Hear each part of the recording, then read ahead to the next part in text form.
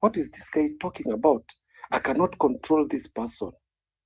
This person has become too big for me. Either he's going to bring the whole building down, or he's going to shame the whole institution. I cannot have somebody like this who is not honest for me. He said, you see, politics is about trust. I trust you, you trust me. It's among thieves. That's a trust among thieves. You don't remove your secret out. So one of you, if it goes wrong, all of you are going to go in, because you are removing the secret of the group, which is supposed to be bound between just among your group. I don't know if you're getting, Kibe, I hope you're getting me. So, wewe unasemaje? Say he's been revealing the secrets that they never wanted us to know. And that's why they had to get rid of him? They had to. Now, you remember when they were reviewing these guys and the status, the PSs, and even Ruto said he's not happy how they've been performing, because most of them didn't know what they were doing. He was targeting some of the PSs, but he didn't know how to get rid of them. So with the June 23rd, the Gen Z movement, he got a chance to kick these guys out. The idea of Kirigathi had not come up, but it was in his back of his head. So when he got rid of them, still the pressure of the Gen Z was still on. He didn't have a way out. So he got the idea of Rao, because Rao was not in the picture of him joining the government from the day one, because this is what Rigathi was shielding. He didn't want Raila to come in the system, because if Raila had come to the system, this is what he was fearing. He might be kicked out, like exactly what Uhuru did to Ruto. When the handshake came, Ruto was kicked out, because now they knew this man is a dangerous person. So Rigathi had been working all along to protect his position, not allowing Raila to come in. So when Ruto got whatever he got the information where, the only person who was going to save him was Rao. So he did approach Rao. This is my analogy. He did approach Rao. But Rao always comes with condition. You want me into form in your system? You want me to save you? These are my condition. I want some few seats in the group that you sacked, and I might need the VP seat for me to support you 2024. So this guy found a way. This guy has become a big head. This guy is frustrating me. Najua fahali wawili hawezi kaa zizi moja. Two big bulls cannot live in the same zizi. They're going to kill one another. So Rigathi had become uncontrollable. He does not listen to his boss. So you see a chance, this can save my position. You know how this guy is playing his card. He's looking at 2024. He's not looking at now. But Ali, before you get there, aren't we supposed to be, what to say? How can anyone rule Mulima from outside? You cannot rule Mulima, because now the only thing now he is seeing is that Mulima have formed a big head because they were given a big seat, that's the VP, and they have a control. So being shamed that without them, he's not going to succeed. And that's the whole issue now. But you know what I'm seeing? Yeah. What I'm seeing, this looks like a woke cancellation. You know how the woke people cancel you, where the facts don't matter. But the fact doesn't matter. That's what is happening. So if the facts don't matter, and these guys are rushing to cancel this guy, then they've just made him the de facto Mulima leader. Because it's easy now to galvanize Mulima with the fact that they screwed this guy over. They have now a good script. These guys the Mulima don't like these guys. This guy, he doesn't. The Mulima guys. You think that don't is? Like this guy. Are you joking? Are you joking? Do you know Kikuyus? I know. Do you know Kikuyus? Kikuyus wake up every morning on the voting day and are told by their mother who to vote for. Kibe, Do you know that, Remember, Ali? remember Do you for the know the last. Kikuyu is told by his mother who to vote for? I know all that, Kibe. But remember, for the last 2 months, these guys have been ganging up, trying to take this guy out. They've been forming chama to bring in Why what do you is think? Why do you think they rushed the impeachment? They didn't want to give the Murima a chance to galvanize quick enough to oppose that shit. That's why they couldn't have given him a month, even an extra day. They couldn't. It had to but they happen don't. in record But time they to don't have the contain numbers. the fallout. They don't have the numbers by themselves. They don't have the numbers, Who? and everybody now the Murima, they don't have the numbers just by themselves Numbers for what? to back this guy up. They don't have the numbers, Kibe. Are Only you the are you Murima. are you crazy, I'm not crazy, but Kibe, they don't have the numbers. bro? Are you crazy? All the Don't you counties. know of the Murima kingpins that have existed in this world? I know they're the ones who control the economy. I know that. But Kibe, considering the situation, what is happening now on the ground, Murima have been left by themselves. Murima by themselves cannot control the whole society unless they get support from other tribes, which they don't. Kambas are not supporting Murimas, who have been their biggest supporters. The what Gema, the Gema, the Kambas are paid and they'll support whoever it is who pays them. So Kambas are in the bag. Murima just needs to identify that leader. Remember that time when what's his name? Michuki. Remember Michuki? yes, I remember.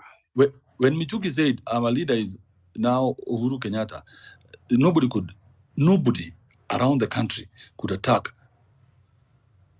Uhuru Kenyatta. But He by then, declared, bro, in a meeting somewhere. You saw that shit? yes, I saw them. But remember, Kibe, by then, Gema community was very strong. Gema was a united, not unlike now. So Merus are somebody, so somebody Merus deliberately yeah? took time to break down Gema and to break down Murima's unity. And now Murima is being consolidated again because of this new narrative. Are you getting what I'm saying? So I'm wondering whose narrative is it, so that we don't fall for this bullshit again. Because If Murima is Baba is having discussions right now. You know that. if Baba is playing this game, then he's playing a very good game. He's trying to distort the attention of them Murima to break up. If Murima breaks up, they don't have unity. They cannot come back as a force to be recognized, to be reckoned with. Because you see, when they come back as a force, they will want some benefits. They'll want their cut also. But now, if they're segregated as only Kikuyus from a certain region, because remember, Kibe, all Kikuyus don't like one another. I understand they're united, but if you find a Kikuyu from Meru, from Nyeri, Liking each other is not important, bro. I'm telling you, Murima is the biggest voting bloc, the most dangerous voting bloc in the country. If that bloc decides to vote, they always vote to the last man or the last woman. Okay? So if they want to do anything, then they have the unity of purpose right now. Okay, but hold on, Ali, hold on. I was saying, Ali, see your council. Amara, do you have any thoughts on what we're talking about before I go to Tomboy? Yeah, thank you. My thoughts about the Murima thing and everything that is going on. What I think is the guy Rigiji, he's just a stingy man. Anakata na pesa. Because when it comes to Murima, Murima does not have a tribe. They don't care whether you're a Kikuyu, whether you're a Luo, as long as their tribe is money. The guy is so stingy, hapeani kitu. So he cannot get anybody to support him. And remember, Rigiji was not known in Murima. By the time he was being picked by Ruto, Ruto had already done the assignment. And remember, Ruto is an A student of Moi. Ruto picked each and everything that he was taught by Moi. So he knew, if I get the guy, I will do with him anything I want, because his people, the Murima people, they don't even know him. Even people are saying, we don't know this guy. Why are you bringing him to us? But things just went the way they went, and he was there. But Ruto knew that he will get him out. Now, when he came in, he started just talking anyhowly and saying this is a shareholder, which is very true. Saying shareholding and saying mkate nusu, that is one and the same thing. Mkate nusu and shareholding, that is the same thing, but in different words. So he started saying those things, and yet he was eating alone. He doesn't have a No, but friend. Amara, Mm-hmm. what you're saying, what's the basis of what you're saying, that he doesn't eat with people?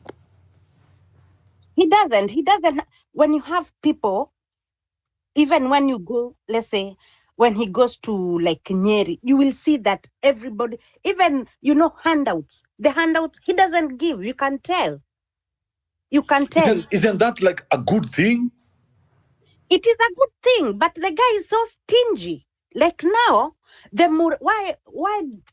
why do you see that everybody from Murima, just a few that who are just, people who want justice for others, all others, it's about money. They were given money. They were bought.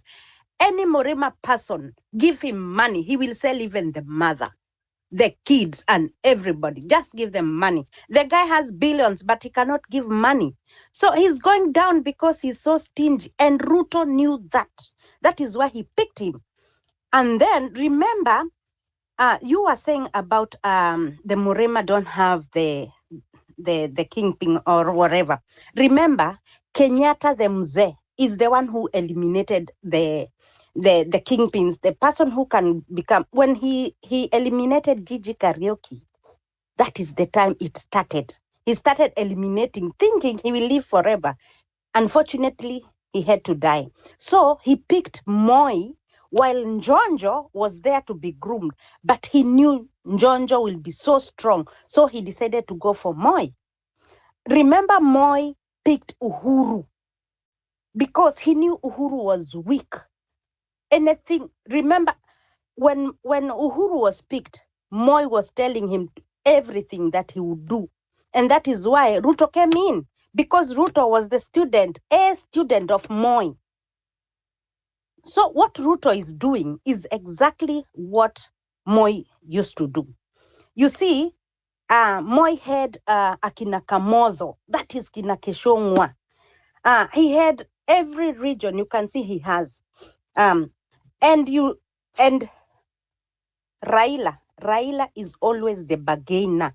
Akuagi hapo by mistake. He's there to cut deals. To cut deals. And when he's there as a deal cutter, his people are Luo. If you say no to Raila, even a seat you will not get. Remember when Orengo and the other guy, Anyang' Nyong'o, were against Raila, walitupwa nje. That is how faithful they are. But what about people of Murima? Murima will sell you, give them money.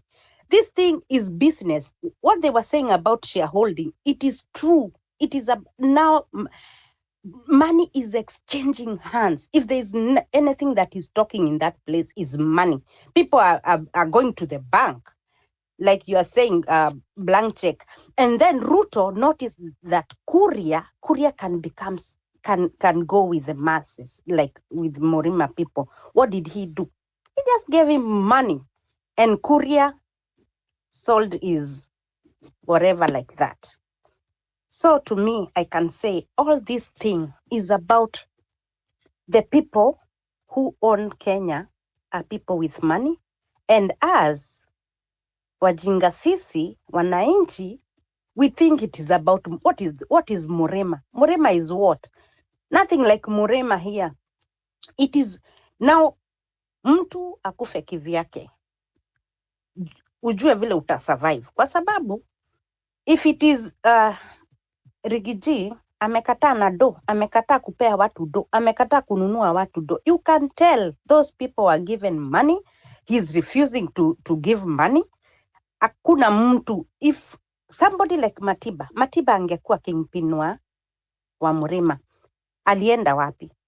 Alimalizwa, kumalizwa. Those are the people wenye wangekuwa, but now we don't have anybody mwenye anaweza simama Mrima. Hakuna nobody. Mimi ningekuwa Rigiji, ningetoa pesa and then nichike mtu kama huyu the guy who was alikuwa anatafutwa kwake na hapatikani. Who is his name? Nimepotea. Yeah. Wanjigi, thank you. But he cannot support hawezi support, he doesn't want to give money and he doesn't want to support anybody. So he will die with everything and you'll never hear about him. First of all, hapendeki. Kuna mtu hata the voice, the way he say things, people will follow him blindly. But what do you, even if he stands there just without talking, you wouldn't like him. Sio mtu wa kuvutia, sio na mdomo, sio na sura, nothing. So you have to use one of the things that you have. He has money. Let him use money. Let him support another person. Lakini, it cannot be like that. So it is about people who have, this is business. Saizi ndio kameiva wanapata do, saizi wanapata, and then sisi wajinga tutaenda siku ya kura tuwapee kura tukisema mtu wa Mrima what? There's nothing like Mrima, there's nothing like Mjaluo. Raila ataishi atakula, Wajaluo wakufe njaa. Wakikuyu kina Gishungwa watakuwa right now banks zao tu no, but Amara, we already established in Kenya there are no problems. They're just political issues that we keep talking about every now and then. Because if I ask you what your problem is, you don't really have a problem. It's just the political discourse that we're having. So this is a discussion for us. We have problems. So, and you said a very good thing because you said there's nothing like Luo or Kikuyu. These are just political affiliations. Because in real life, they have no application. I mean, there's no advantage of being a Kikuyu, is there? Nothing. In real life, there's no advantage of being anything. You have to work for your shit. Yes, because, okay, there's some disadvantage. There's some business you cannot get deals because you're just a Kikuyu. And it is not that you're bad. No, it's not you're a Kikuyu. You're not in the group. Okay, exactly. So it's not whether you're a Kikuyu or not, because Ruto and Raila, Ruto and Uhuru, Ruto and Rigiji have worked together. So they always find common ground to work together. So it's not about which tribe you come from. It's true. Even now, there's something that you remember when the government bonds, when Ruto came in the government, when he was appointed the vice president, the government bonds brought a lot of issues because he was, okay, those are hearsay and everything. And anything we hear, maybe there's some truth in it, because it was said that the government bonds were being cashed in by the Uhuru family and Raila family. And he said, I have to be in that deal. So even now, it is Rigiji. There is something, and it is all about money, and that is why you hear him say it is shareholding. So sisi tunaona ati ni Mrima, tunaona ni nini, but hapa hivi, why is it that now Raila amekimya? He's with Ruto, and some time back they were enemies. Mwingine alikuwa anaita mwingine mchawi, mwingine anaita sijui mwingine muuaji, but now they're buddies because yeye ndiye anakuja kunegotiate, ana negotiate. Rigiji cannot get to ile kitu anataka, so lazima kuwe sacrificed.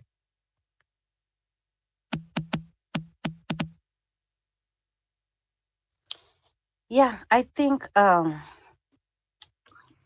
that's Sama, thank you. I went into a thought of how how Ruto would abuse Raila, and Raila would give the same energy back to him, the same abuses. Some things that were worse than what Rigiji has ever said. Worse. Called him Because they killer. don't say They they talked don't about say the Kiamba, the church, remember? yes, and they don't say those things to one another. They say those things to make us people, like to fool us, like to fool us. They know their language. That is what they do. So if So that is that the truth, if that is the truth, then whatever was played out yesterday, then Rigiji is also part of it. yes, he's part of it, but ile kitu anataka, you see, he's a stubborn guy. He's a stubborn guy. Ile kitu alikuwa anataka hataki itoke kwa sababu he's stingy. Hataki itoke. Ajui kitu ni ya kukatanwa mkate mkate. So that is why he's going down. And that is why unaona mpaka watu wa Murema wenyewe wanaona si tunapewa do hapa, huyu mtu hataki. Na ile kitu anataka peke yake. That is why he's going down. And you see, like something, sometimes utakuta other people say like Murema people ndio wako na, there's nothing like that. It's all about money. About money. Hakuna kitu ingine. Yeah, that is what I'm thinking. Thank you, Amara. Let me bring in another senior counsel, McKenna. Counsel McKenna, what do you have to say for us? When I see senior counsel, I give you the mic before the rest. I'm not a senior counsel, Kibe. If you take away the title, I have to take away the mic. You decide. Okay, my learned friend. Thank you Very much for having me. Amara, I don't know why Amara keeps saying stingy, nakula peke yake. I think that Kenyan mentality has to change. That a politician have to give people money. It's not a good thing, and it's a culture that Kenyans have practiced for years since independence. We will be able to be free and achieve development and meaningful modern democracy if we run away from that mentality of expecting politicians to be generously giving us money and handouts. But anyway, I Kibe, think that's not the case. Yeah. let me Yes, let, let Amara. me let me elaborate there. When I Uh-huh. said being stingy, it's because Ruto has given money to these people who are throwing him out. If he could have given those parliamentarians money, angekuwa na share ya watu wake. Not, I didn't mean that atupe sisi pesa, because already it is money which is talking now. Mm-hmm. You, But yes. yeah, to some extent, yes. But it's not all about money. Uhuru had all the money when Ruto was bribing and buying politicians from Mount Kenya while he was his deputy. So I think it's beyond just money. To me, I see Rigiji as not a very experienced uh, Kenyan politician. Lynn, please mute your mic, Lynn. Thank you. I see him as as not a politician. He comes the way he comes out as he tells us he's a truthful, honest man. To some extent, yes. And I feel like they're not safe around him. They felt like he's too honest to be a deputy president. Remember, he was just a one-term member of parliament after serving in Moi's government as a DO, DC, and then he was Uhuru's PA at some extent. I think when Uhuru was prime deputy prime minister. And I think he also did work in his office when he was president first term, and then he became a member of parliament from. Oh no, he didn't work in Huru's office when he was a president. He became a member of parliament for one term, I think 2017 to 2022. So when he was appointed, I wasn't for him actually. He actually didn't get the votes. I felt like in 2022 he bought that position of deputy president because he had the money. So that is how Kithure Kindiki was thrown out. He was the preferred candidate to be the deputy president, running mate for right. I mean um, Ruto. So he kind of bought that position, and then that is when they were like, "We'll give you this, but you won't survive for too long." So I feel like Ruto is such a schemer. He started planning all these things as early as when he appointed that guy to be his running mate, and then they used him. They used him because that narrative about Watu wa Mrima, which was later used against him during the impeachment motion, that thing about protecting the interest of the Mount Kenya people, he came out as someone who wanted to do that. But again, remember, he was the one who was used to fight Uhuru, who is also believed to be a kingpin of the Mount Kenya region. So from when they were being sworn in, he was fighting his own people, and he was used by the same system to say words that would later be used against him, including the shareholding narrative. Because even Ruto, there's a clip during the impeachment, during the Senate hearing that was played of Ruto saying about people at Wamuranga, one of the biggest shareholders in Kenya. So why then would that be used against Rigathi and not Ruto, who also says the same? And trust me, it's not like all those politicians, if the sword is turned the other way, all of them are guilty. They all practice what Rigathi is. Senior counsel, can we interrupt? I think Lynn wants to come back on a point there. I don't want to go too far to Okay, okay, lose yeah, Lynn. sure. Yeah. Yeah, Lynn, yeah. Yo, man, how you doing, man? easy. Did you want to counter what McKenna was saying? I saw you put up your hand. No, I just want to say a point about Gashagwa. So it Because was not a counter. no. Oh, okay. Then let him finish. Then you can come after him. Okay. McKenna. Yeah, so what I was saying, Kibe, these people are all doing the same thing. When Raila was given an opportunity to appoint people into government, two out of the three positions that he was given were Luo. When Ruto makes appointments, I would say 3 out of 5 appointments, three will be Kalenjins. So they all practice tribalism. They all practice shareholding. There's no difference between them and Rigathi, who comes out and says it as it is. So as much as being a president, the presidency, deputy president, they're all symbols of national unity. Yes, I do agree with that.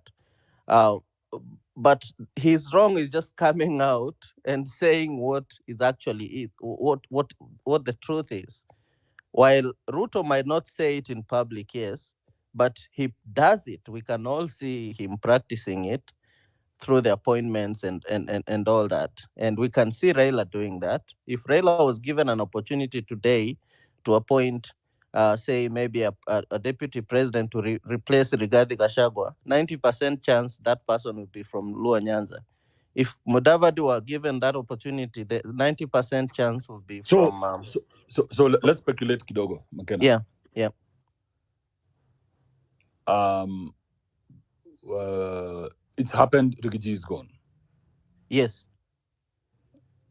Who would he pick for it to calm the whole situation? Does he pick another Kikuyu and lie to the Kikuyus that I still got you? Yeah, it's just that this one guy was a bad apple, and we had to get rid of him. That's why we even have other Kikuyus saying that this is a bad apple. Yeah, I think that Or would be more ideal. or did they make an arrangement with Raila?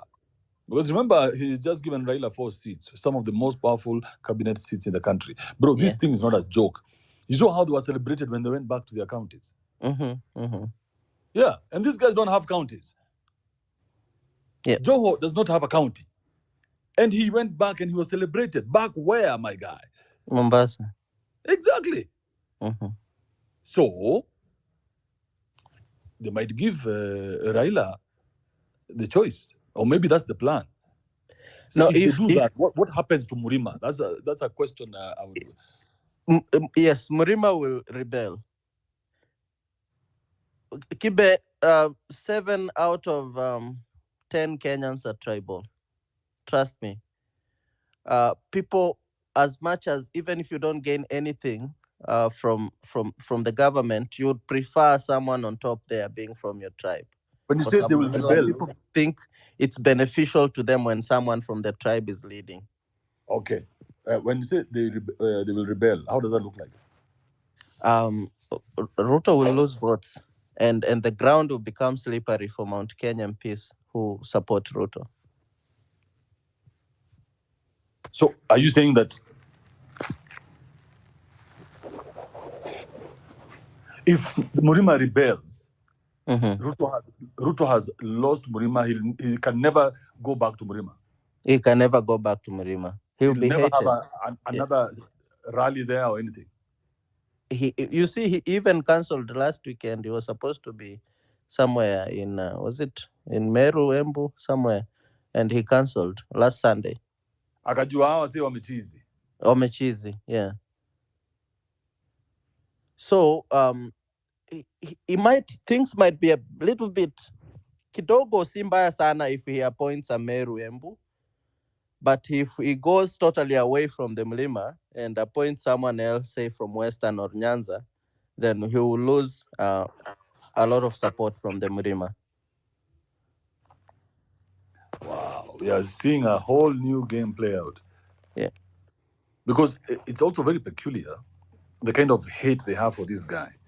Mm-hmm. Don't you find it peculiar that hate, that deep hate they're portraying to us? To who? To Rigathi. Yes. So they must be, and that's what I think. Regarding, I think Because okay, let me just put the hate to you so that you can yeah. flow in that. Did you Yeah. see not a single person from that side said, we wish him quick recovery? Because it's normal even to wish your enemy in politics a quick recovery. You know that. Yeah. Even your enemy in politics, you must wish Mm-hmm. them a quick recovery. Wish them a quick recovery. Yeah. How does the guy who employed you not wish you a quick recovery? Mm-hmm. Isn't that peculiar? It is. It is. I don't find that to be strong. I find that to be very extremely weak. It is, Kibe, and I don't know what was the rush for. What is it? Time bound. This is a time bound thing. We have to finish. We have to stay until 10:30 at night to conclude this process. What is the rush for? So this is something they had already, and I think whether Rigathi was sick or not, I think he saw it coming and he was sure, I'm going. There's no way out of these 11 charges. I'm going to be acquitted of all the 11 charges. So he saw it, and these people were not even thinking with their brains. I Bro, could do you see. remember? Do you remember Muite saying, "You Yeah. guys, you think a senior counsel like me can lie to you about something that can be proved so easily?" Mm-hmm. Because when Yeah. they want to lynch you, they say you smell like a goat. Yep. They want to eat you. So there's no strength there. There's absolutely no strength. This guy should have stood in front of us and told us, "Listen, my deputy does not make sense to me anymore. I have decided I cannot go on with him, and we have come up with an arrangement, and he has to leave, and I've picked a new deputy." Right? You've Yep. negotiated your way out of a crisis. How can a Mm-hmm. country go through a crisis that does not benefit them in any way? Mm. Because mimi na wewe Makena, si tungekaa chini tusemeaje, skiza, hiki tumekataa. Okay? Yeah. Yep. Kataa, it's not working. So wewe unatakaje?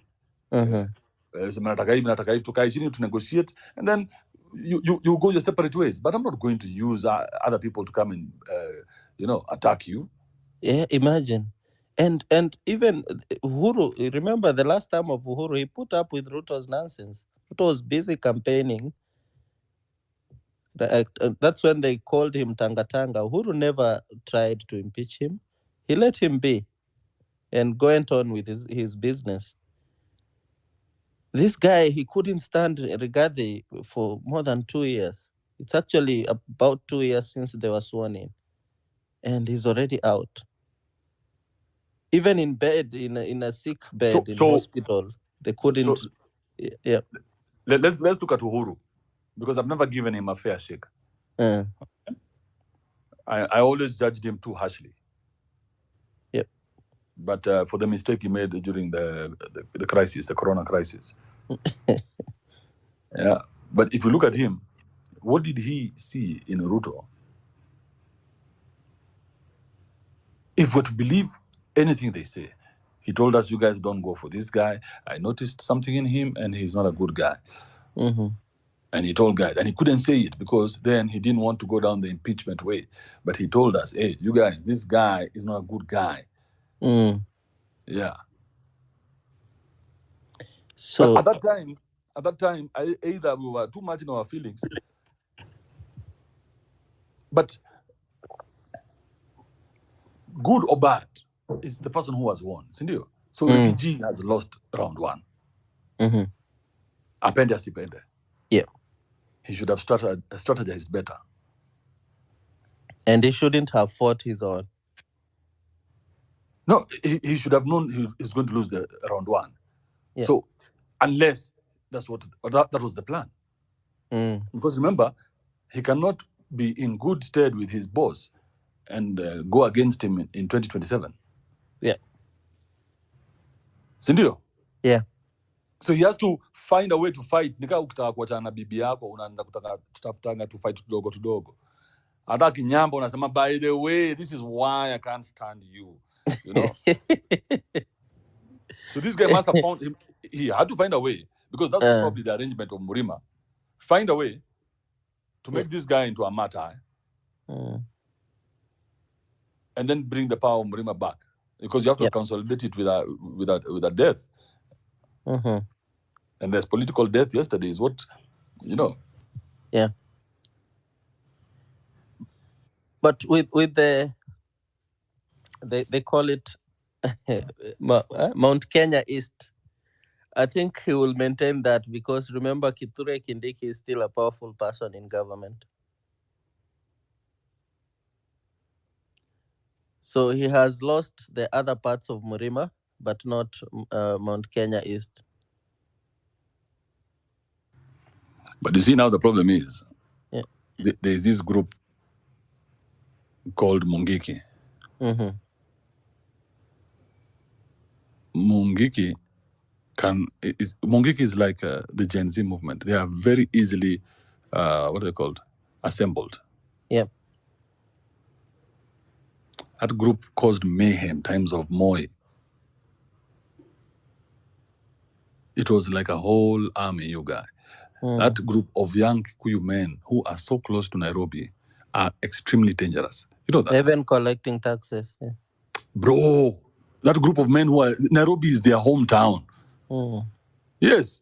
These guys were in Kiambu, Nani, here around this Nairobi.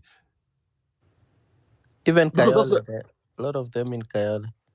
Eastlands, Utaona. So these guys are the ones who are going to run are running the Kikuyu undercover agenda. Because if Murima feels scared, then Murima will create its own army. Yep. They must.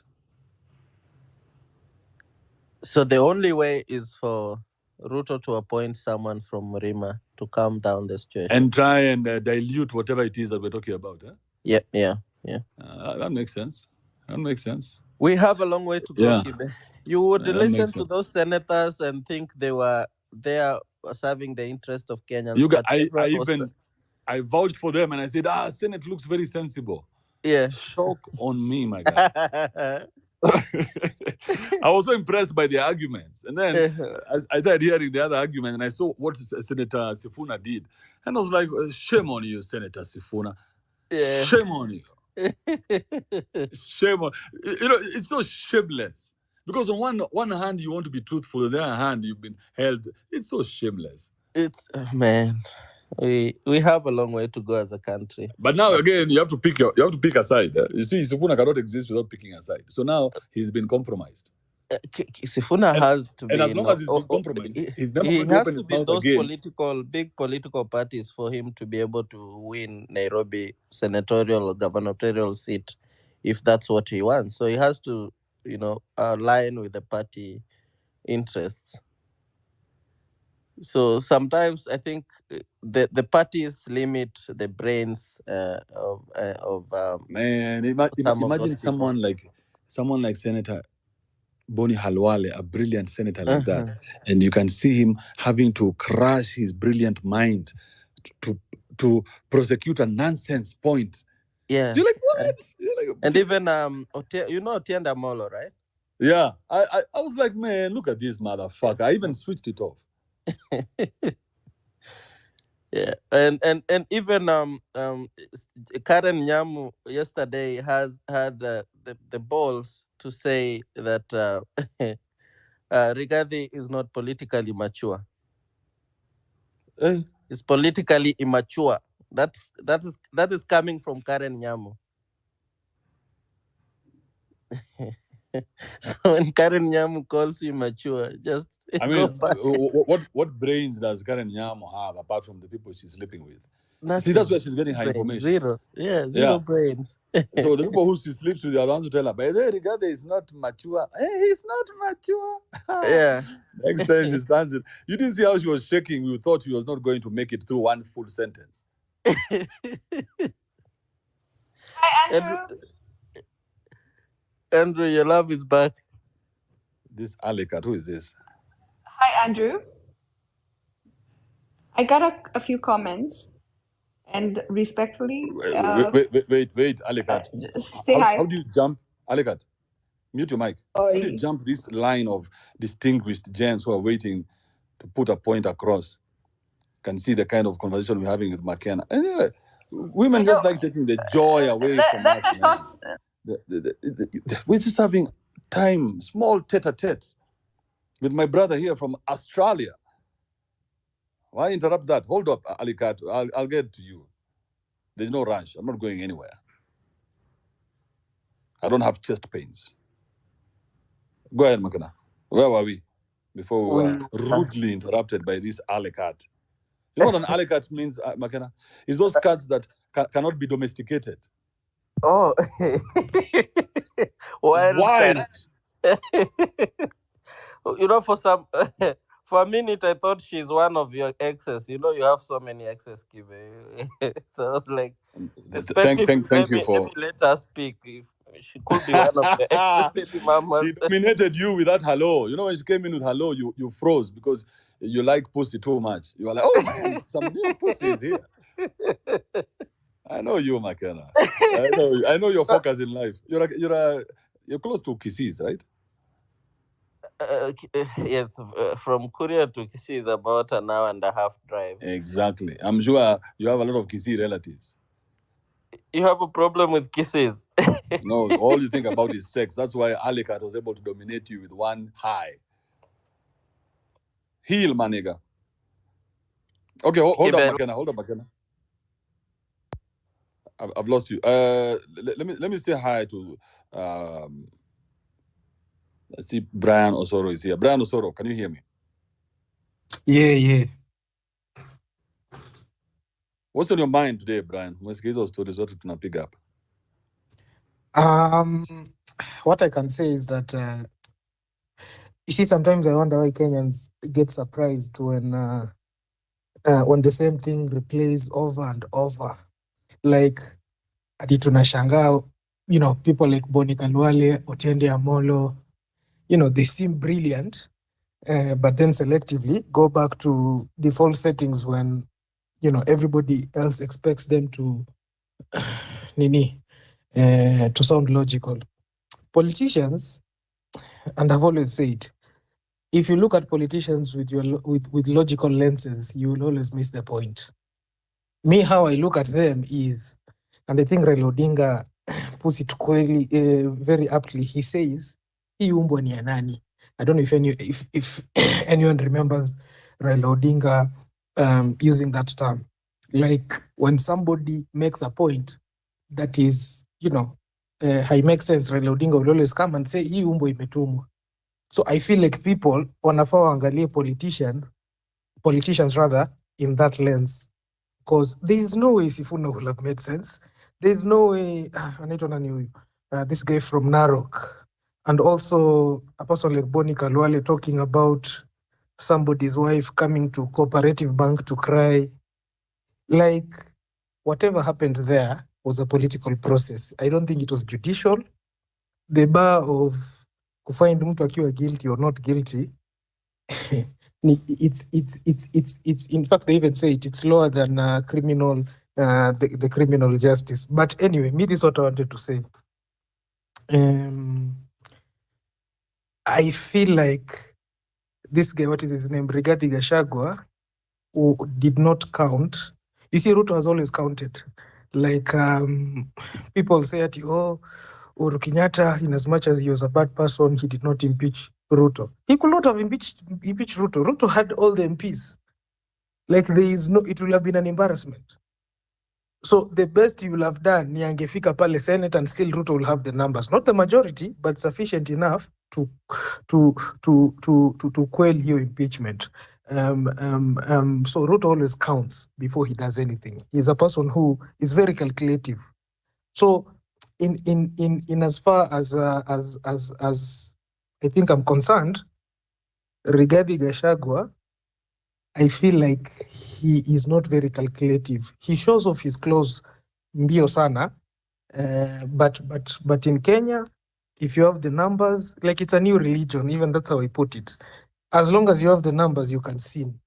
So Ruto will do the same things as Rigathi Gachagua, the same, copy, paste. But he has the numbers. And because he has the numbers, that's why he will never even, care so much about Gen Zs. I'm sorry to say this, but I think I have to say it. He looks kwa hiyo register ya ABC. He sees Gen Zs were 8 million. They needed to register 8 million of them. Only 2.2 million registered and 1.5 million voted. He looks at Joho. He's like, this guy, he has the numbers. And Angalia Oparanya, this guy, he has the numbers. It's a numbers game. I can assure you. Hiyo siku yenye I feel like Wakenya will come and wake up and see that, you know what, this politics, it's about numbers. Achana na hiyo logic kubwa kubwa, ati, oh, this is right, this is wrong, this is whatever. No. So I feel like at the end of the day, it's, according to me, let me not say, but according to me, I feel like it's about the numbers. And with numbers, if you want to look at objectivity in parliament, angalia who's the owner of that dog. Independent candidates, somebody like Okiya Mtata, you will always be sure that he will say what is right. Because he has no honor. He's a dog with no honor. But all these other people, wote, yani ile in primary, kengele ilikuwa ikipiga, I used to be a bell ringer. So when the bell rings, everybody runs. Anaingia kwa ile class yake. So these politicians, they also have a similar bell. When the owners call, kila mtu anarudi. So whatever happened yesterday was... But isn't that extremely dangerous for our country? Because if these guys go rogue, then they can destroy us. That's a possibility, right? It is a possibility, but now you see the problem. The constitution, I think, has remedies for that. And that's why Ruto is that's what I'm telling you, he's very calculative. You see, for example... remedies? Like what remedies? Yes, I'm getting there. You see, like the IEBC. IEBC is among the remedies, apart from the courts and etc.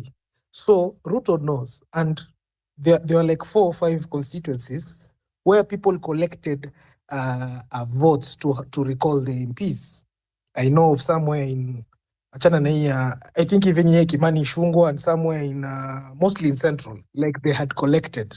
So that kind of remedy shows that, okay, for instance, if MPs know that they're impeachable, like they can be recalled, they tend to behave well. Let's talk about the reality, Rayo. Because the reality to our ground is there is no IEBC as we speak. Parliament has been bought. That's the reality. Yes? That's the reality. Hakuna remedies. Because Senate was bought yesterday in our eyes. And if this thing sails through in court, then there's no remedy. So one person has all absolute power. What if this person goes rogue? That must be a consideration at least. the person is already rogue, and that's why I feel like you see the constitution. If you look at it, it has. I'm not a lawyer, but sometimes I try to look at it. It has ways when I tanga checks and balances. So and then the problem, the constitution assumes that the citizens have read it, and then it was like this constitution was written for well-meaning citizens. So, for instance, unaona sai people are going to the streets. They're going to the streets. They're saying Ruto must go, which is a good thing. Personally, I feel like people need to go to anniversary towers. Hapo kwa headquarters ya ABC, they're like, you guys, you need to reconstitute, tuanze kuregister. But of course, because we are very tribal, you see, like right now. But the other day, talking about IEBC, the other day we looked at the IEBC commission structure. You guys don't have a vote. So when you say you want IEBC there, because the people who have votes are there's a list of the people who are going to select the IEBC to nominate the IEBC's people. There's a list, but now you see, Kibe, even I can correct. So it's not.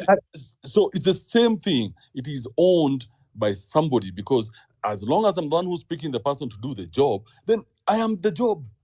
No, not okay. How can you ever go against me? Unaona kwa mfano kama this case of it can never be free and fair, can it? The Raila Odinga hotel and TTC. You see, mimi, I'm not sitete IEBC or anything. However, I've been part of this what is it called? Back in their campaign, whatever, and agents management. The problem is this. There is a form in Etwangwa 34A. That is like they call it the source document. Hapo ndio, if you go and vote, you are in some, Langata primary ETC, there's a specific classroom. After your line imeisha, I think at around 5 or is it 4, kila kitu in a stop and they start counting. That count is public. Hata pia watu wanakuja like, there's no restriction. That is the point. Hapo sasa ndio penye kura inaibiwa. It is not so much huko mbele ati sijui Chebukati. That's why, if you go and look at that judgment, Raila Odinga was asked, can you show us even 3-4 instances penye kulikuwa na discrepancy kwa hiyo 34A? Raila Odinga was not able to do that. In fact, I was even wondering, yenyewe Kenyans. Anyway, this is a learning lesson. So we can agree. So we can agree that there's a way to circumvent all these. What did you call them? The polling stations. There is a way, no, but the that checks. way, not the polling stations. But that way will not give you that. more than 10%. It will not give you more than at a 10%. But I'm saying, but there's a way to circumvent all these checks and balances that have been put there by the Constitution. So this guy can go against our country's Constitution, the rules that we agreed upon. He can go against them anytime he wants, and there's nothing any of us can do. Doesn't that worry you that we have that kind of person? Yeah, we can say that, but Kibe, I think we need to look at things in context. He has not had any finance bill since he came in. So anapelekwa kotini, he loses. You see, the problem is Ruto. He's I don't know. You can describe him to be a contrarian. He wants to change everything. So most of the things that he has done, they have actually failed, and they have not failed because he doesn't have the power. The same checks and balances, for example, your finance bill, ilitupwa nje. Haya, hii story ya university funding model, bado is not even implemented. This SHA and SHIF, there's a big case going on. So most of the things that he wants to do, he seemingly inatokea ni kama anaifanya, lakini baadaye anarudishwa nyumba. He's the first president, and people, I don't know why they don't speak about this. He has no finance bill mpaka sahi. And part of the reason is because of procedural issues zenye constitution may provide. In his mind, he wakes up in the morning. I think he also thinks that he can do that, exactly what you're saying. But lucky for us, we have kuna group of active citizens. Wacha nikuulize Brian Osoro. Saa hii hauoni hiyo game nikaa imechezwa na mpaka huko wase wa majuu. They agree that you get rid of this guy, as guys will give you money. Because finance bill really is just money from IMF. But okay, you see, also, ukiangalia IMF, wanaangalia revenue raising measures. So for instance, they will tell Ruto, and actually that's what they told him. Like, we feel like you need to remove these subsidies. We feel like you need to add this tax. And I think that's why people went on the streets. Rigathi Gachagua is, and which is something that I found, I was in somewhere and I saw some police officers. We were somewhere, I saw people were talking. There are people in Kenya who believe that Rigathi Gachagua is the one who financed these protests.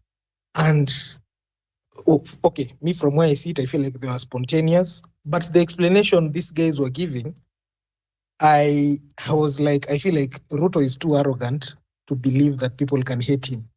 According to him, he thinks that people have to be paid for them to hate him.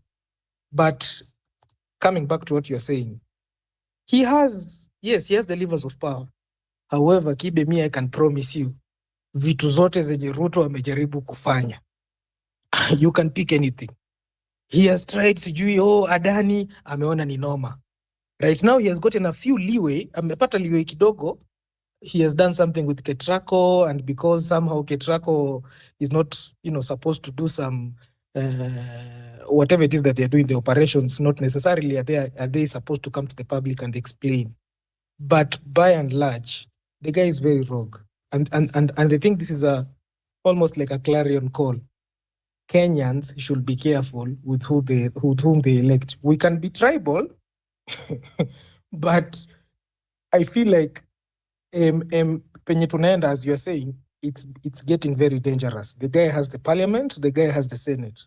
He can Kibe, ask yourself, why do you think these MPs na akili yao yote na wanajua vile ground iko voted for that finance bill? They knew that people don't want it, but they are so afraid of this guy. It's either, and this is also something I read, it's either the guy knows them, and by knowing them, anajua siri za ujamaa, or he has something against them. Because that kind of loyalty, even in Moi times, like we used to have this guy, like there were people who actually told him no, and they looked at him and they faced him. I don't see that in Kenya right now. Like I see, kidogo kidogo, but by and large, people are whipped either on the side of Baba or on the side of Ruto. Jamaa amecalculate, ameona, mimi Raila Odinga is my friend. He has, it's a numbers game, and now we are going to rule this country. So there's that scare. Lakini mimi, I have, I'm a bit of an optimist in our institutions. I feel like they have done well, by and large. They could do better, but right now, mimi naambia kila mtu focus ni ABC. I don't think it matters who becomes the chairman. Ikue tu hapo, guys go pick up the vote.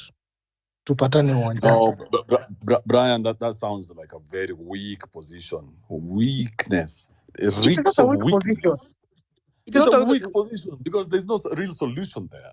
Just you guys, just pick your votes and just go there. No. Unajua, let's Kibe, hope for the best. Other One people, day we'll sounds weak. The other people, the other people who are saying, and I think I saw Miguna who is saying that, we need to go there, we oust this guy. And me, I'm saying, okay, sawa. Let's wacha tushikane sote. We go to State House, tumfanyie hiyo coup. But the problem with exactly that strong position is, we need to look back in Africa.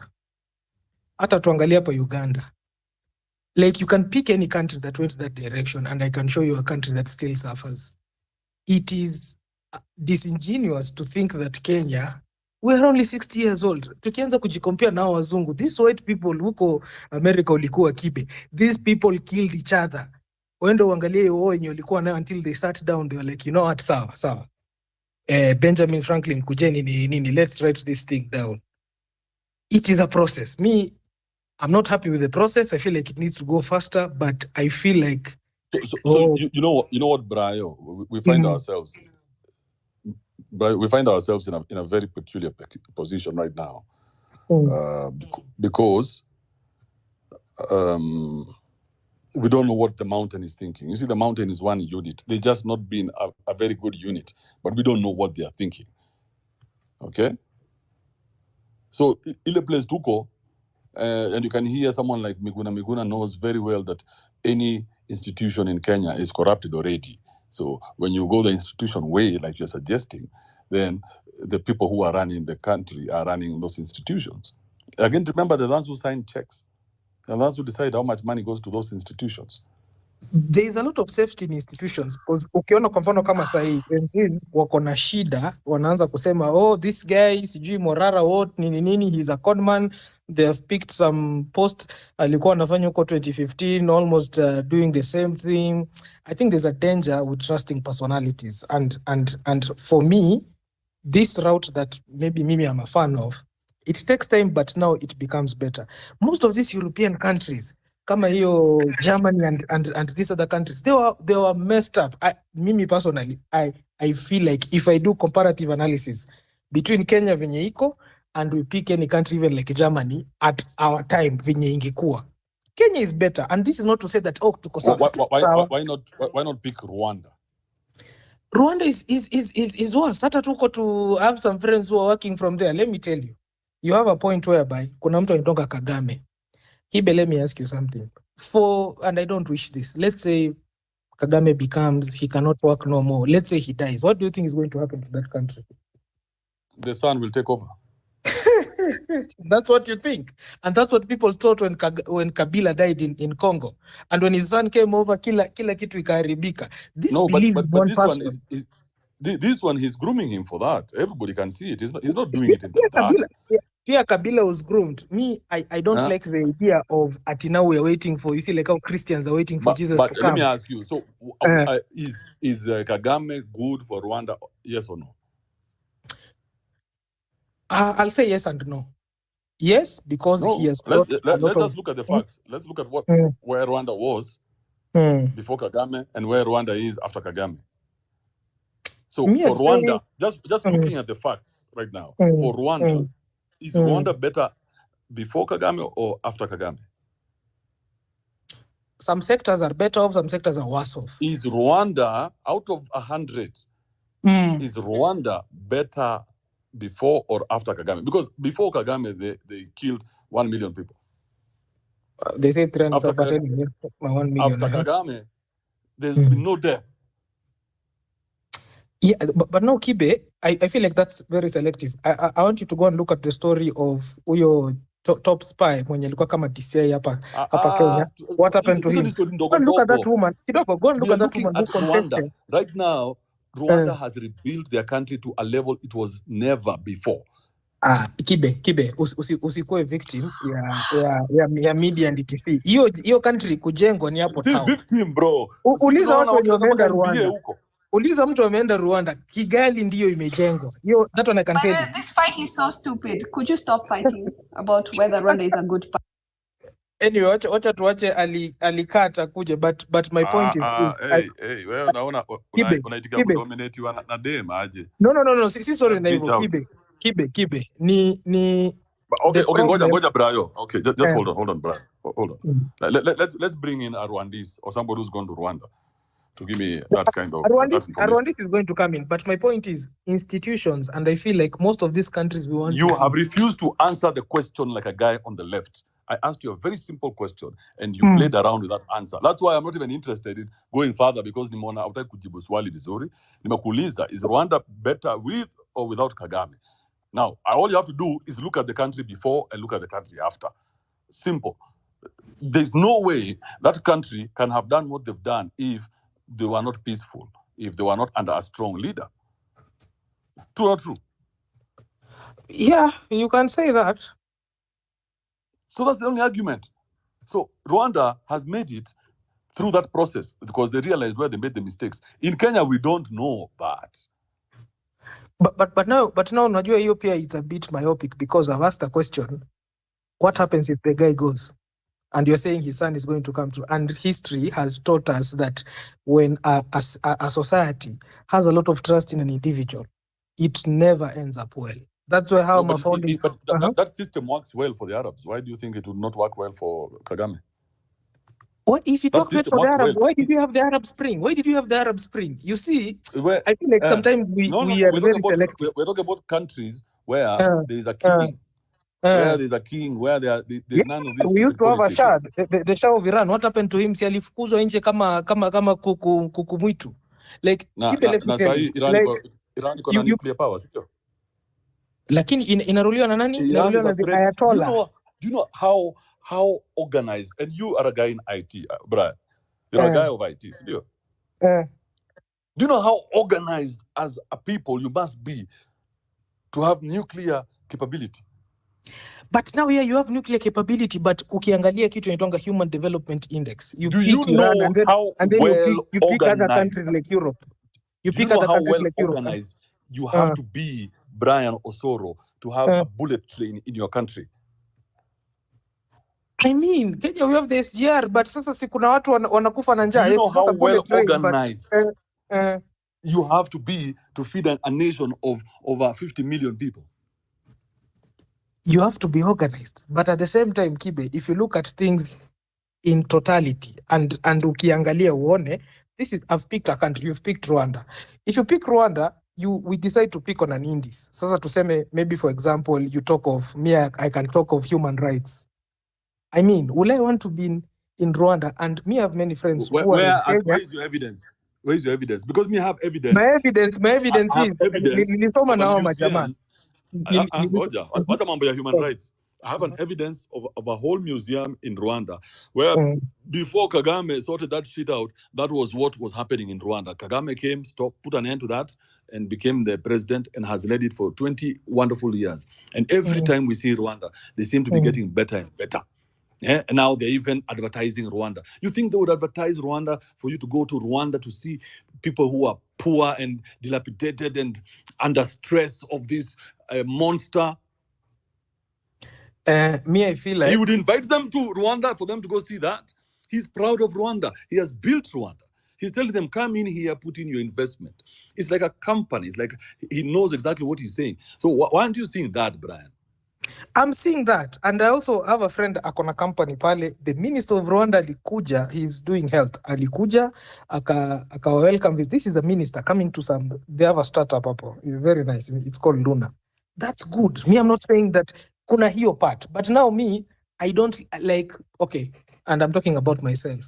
Me, more than anything, human rights and freedom. Me nataka nisimame nje, I say whatever it is that I want to say. That is, for me, that's very important. And then the other thing we can talk about hizi vitu zingine. Uko na countries like hiyo Saudi Arabia. Wait, Brian, before we continue that discussion, breaking news. Let me this guy's already nominated his man, what am I doing? He's nominated his new guy. Do you know who the nominee is? Ndo naona hapa inafungua. It looks like State House. Haujaipata bado? Ndo nimeipata. It looks like everybody's at State House and no, has he nominated anyone? No, not really. Yeah. And my guru is talking about it, my guy. Okay. Me, I'm saying it is Kindiki. It is Kindiki. Very good. It's Kindiki. It's Kindiki. And but you see now, Atamonzo, if you can go back there, Kindiki, I don't even think the mountain will be proud of Kindiki. Kindiki is a very soft guy. He's anakubali vila kila kitu. I think the mountain likes a fighter kama Gachagua, the guy who will actually represent them. Kindiki, anyway, I don't know, but I feel like people don't really respect him as much as this other guy. He's not had very many viral moments, so people don't connect with him because he doesn't have that what is needed to connect. And then also, he cannot command the mountain. He also comes from a very small. Even tried, huh? He's from, I understand, he's from Tharaka, and Tharaka is hata hiyo said nyingine ya Meru yenye. Okay, I need to tell the audience, I'm not tribal. I'm just trying to explain this thing from yule mtu wa chini vile anaangalia. The larger mountain region is going to be watakasirika sana. And I feel this appointment of Kindiki, the MPs, we are told that Ruto called them, akawaambia there's Kindiki, there's Gachagua. And then everybody voted for Kindiki. But I don't think the ground would want a person like Kindiki. He's a safe bet. The problem is that anaonekana atakubali na kila kitu yenye Iyamune will be saying. But yeah, wacha tuone vile itakuwa. So, brother, thank you, my man. Aye. Dan Chapter, are you there? There's a guy who was here. He has disappeared. Where is he?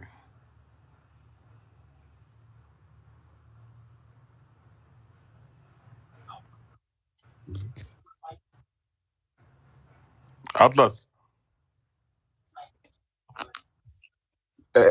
Hello guys, mkoaje bana? Before you say anything, Atlas, ngoja kidogo. I want to give a big shout out to this is Makena Mwita, all the way from Australia. He has supported this show with some M-Pesa of 2,000 bob. Thank you very much, Makena Mwita, for buying me my lunch and a couple of beers today. Appreciate it. Yes, it's good to support this show because we must learn how things work. You know, many people in Africa don't know how things work. So you see people working and you assume that you know. So thank you very much, Makena. We'd appreciate it. Atlas, go ahead. Hello, Kibe. Hello. What's up? I just want to jump on that discussion you are arguing about Rwanda. Mm-hmm. And then one thing I've noticed, you know, you are trying to generalize Rwanda as a whole, that it's kind of developed. The truth on the ground is that development is only around Kigali. But when you go to roots and talk to real people, you will find out that development doesn't actually reflect on the ground. It's just kind of a hype. The way you see Ruto hype in Kenya, that Kenya is like a capital of Africa. But the truth on the ground, you find poverty is too much. Like now, the truth on the ground in Kenya, what is the truth on the ground? The truth in the ground in Kenya, like let's say right now, there's no money in circulation. But when you see a government talking PR on national television... Slow down. There's no money in circulation for you? Not for me. In general, business are closing down. No. Because statistics are there. I see everybody operating the same way they've been operating for years. So talk about yourself. Tell me something that I can connect with, because you tell me there's no money in circulation and people are buying new cars and new things. What are you saying, my guy? Okay, Kibe, let me give you one straightforward statistics you can say. Kibe, all of last year, 13,000 units car were sold. This year, they were only able to sold 4,000 units in a whole country. I think that statistics is enough to prove to you that the economy is actually doing bad. People are buying cars, but how many units are they selling in the market? So what has changed in your life that you can have this position? Because you're not a car seller. I'm one, that's why I'm telling you so. I have the statistics. I'm trying to tell you you're a car there's seller. no money in circulation. Okay. So maybe your business has changed, right? Maybe it's time to think of another business. Maybe the people who are buying cars have stopped buying cars. Now we've reached market saturation. It could be, maybe the business is dead. The same way the business of telephone was killed by the mobile phone. Remember that time? Yeah, I understand. It could be, maybe just the business is dead, but you can see money is everywhere. There are more money is everywhere. There are more cars coming Which in. Places particularly? Do you have statistics of the business being open and business being closed, and you compare both, you will realize the economy is being bad. You know what I think, Atlas? Yeah? I don't think our economy is real. Let me just be honest. I don't think we have a real economy that stands on anything real. Yeah. Now a real discussion. So, that's another serious topic we should discuss about. Kenya has no serious economy. Our economy is like a bubble. We have nothing. We are being we're producing nothing. It's not real. So we are only based on technology and too much PR. In your sector, in your industry, Isn't that one of the most corrupt industries we have? Sectors rather. It's one of Si huko ndo mnaficha pesa? huko ndio wase wanajaribu kuosha, ndio I understand, but hata wase wa kuosha sasa bado wanalemewa na ekonomi yenyewe, unaona? Aje na pesa ya kuosha ni pesa ya umma. Watalemewa aje na taxes bado tunachukua, collecting more taxes every year than before. What are you talking about economy? We are collecting more taxes, but realize business are slowing down, which means the more you tax taxes than ever before. Na unasema ati watu wanalia. Hakuna mtu analia. Mwenye analia ni mwenye ajui kuiba. Wewe Atlas, hapana, sio hivyo Kibe. Atlas, Kibe, loopholes mob sahi gava imefunga juu gava ina do. The government is currently broke totally. Sema Atlas does not know how to steal, but the other people who know how to steal are doing well. Your brother Khalif Cairo seems to be doing well. He's even opened. He's doing well. He's doing well on PR, but on the ground, he will tell you the amount of car units he has sold this year are less than more than 50% compared to the previous year. Just take statistics, we realize the guy is not even selling much cars. So it could be that was just an emerging market, and now the hype is no longer there, just like when the mobile phone came about. Remember? The hype can be there, Kibe, but as human beings, we go with basic stuff. When life is hard, we focus on basic goods. But when we have much money, we can able to afford other luxury stuff. But now economy is shrinking, we can't afford nice cars, nice lifestyle, we can't.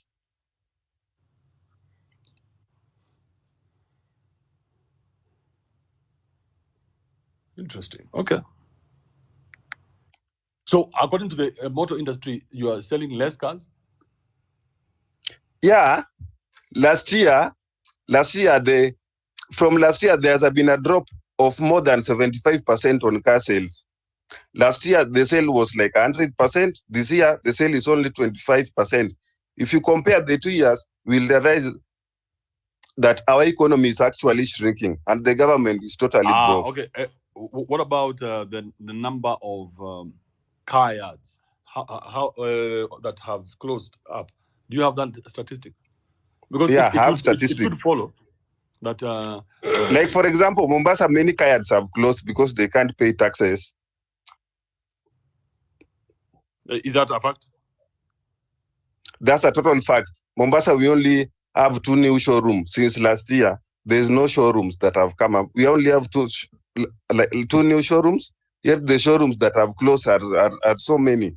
So are you also saying that we are not innovative enough to bring money to the new generation so they can come and buy cars? We are innovative enough, but our society. If we are innovative enough, then we should be creating solutions to our problems. But most of our solutions we are trying to create those solutions. The problem is society can't allow you, even if you are innovative. Like you started a new channel, like a YouTube, Africa, something like that. You realize you are being innovative, but the kind of society we are based in, it can't thrive. That kind of innovation will actually die because the society we are, even if you try to be innovative, it can't work. You can only copy something and try to actualize on it. But if you innovate something new, it can't actually work in the market. That's a very extremely good point. That's a good point. Yeah, it's a good. So it's a moral issue that is keeping us down. It's starting way from the school, from primary. How we are being raised. We are being raised only to pass exam and spend much time on nonsense. We are not being raised like when you observe those Chinese videos or clips, you realize those guys are being raised from the childhood. They are being raised. The government is sponsoring them to be innovative, to be creative, and they are being specific on what they are doing. For example, if you are measuring on maybe making cars, you are only there on cars. If you are measuring on making bicycle, you are there on a bicycle. But here in Kenya, we spend much time doing nonsense. We don't have curriculum that actually support innovations. Okay. Hold that thought, Atlas Motors. Very good point. I just want to give a big shout out to Joshua Moshui. Thank you very much, Joshua Moshui, for sending me a full nguizi. Yeah. Asante sana. Nimeshukuru sana. Supporting these shows like this is very nice. It helps us keep it interesting. Like Atlas. Yeah. I know you're just a Miro like me, but how wonderful is it to receive an M-Pesa message? You get that thing is life, eh? It doesn't matter how much comes in. Every time an M-Pesa message comes in, you just smile. You're like, yeah. Yeah. Thank you, Joshua. Atlas, Goja Kidogo. I'm trying to close this up as quickly as possible. I'll give you a chance to come and finish that point. I want to hear from Stanislas P. Aluciola. Did I murder that name? Laos. Atlas, mute your mic for a second. All right, that guy is missing it. Better Kenya, are you here? Can we go in? I'm here. Kibe, you can hear me. Oh, go ahead, Stanislas. Yeah, first of all, I want to thank you for this particular space because I've been a member for too long. I've been listening for ages, but I just felt like it's good to speak something today, especially after what happened for the last 3 days. I think Kenyans have been very anxious to have this matter rest, but not in the manner in which it has rested. First of all, Amara said something, and she said she thinks that Gachagua was not a politician of that magnitude. And I think maybe in one way or the other it's true, because actually our deputy president, of course he's still the deputy president because there is still the court process and all that, had some political goofs he made. One, he does not have a political party. And therefore, everything that he was doing it under the mercy of the president, who is very lucid in many of the things he does. Number two, all MPs, even from the Mount Kenya region, or all those who are allied to the deputy president, their political allegiance was to UDA. And UDA, who's UDA? And what is UDA? UDA was the president. So I think the deputy president came to realize that, I have to have some vein or some artery in the party. So he bargained for a secretary general's position. But who did he choose to be the secretary general? He chose someone from another political party. He actually chose the Honorable Cleophas Malala. And we saw what Malala did when he came from China trying to whip some of the top political sycophants of the president. So it did not augur very well with the president. So that is the reason why the deputy president has had all these problems. But then that is not or has never been enough to impeach him. And I know many people have spoken, including McKenna, who spoke, like there are many bad things the deputy president of the Uhuru regime, who is now the president of the Republic of Kenya, did against the president. But Uhuru was human enough to let him finish his term. So here we have a president who is so cold-hearted to the effect that he does not want anyone to go against him. He has used all the constitutional avenues to ensure that he has gotten rid of his own brother, his own political brother, whereby we know politically, not politically, but we know it publicly that who is this that funded the president? Everybody knows, or even if it is true or untrue, everybody knows that the Honorable Deputy President Rigathi Gachagua was nominated to be the running mate because he had the financial muscle. So therefore, the president has set the Honorable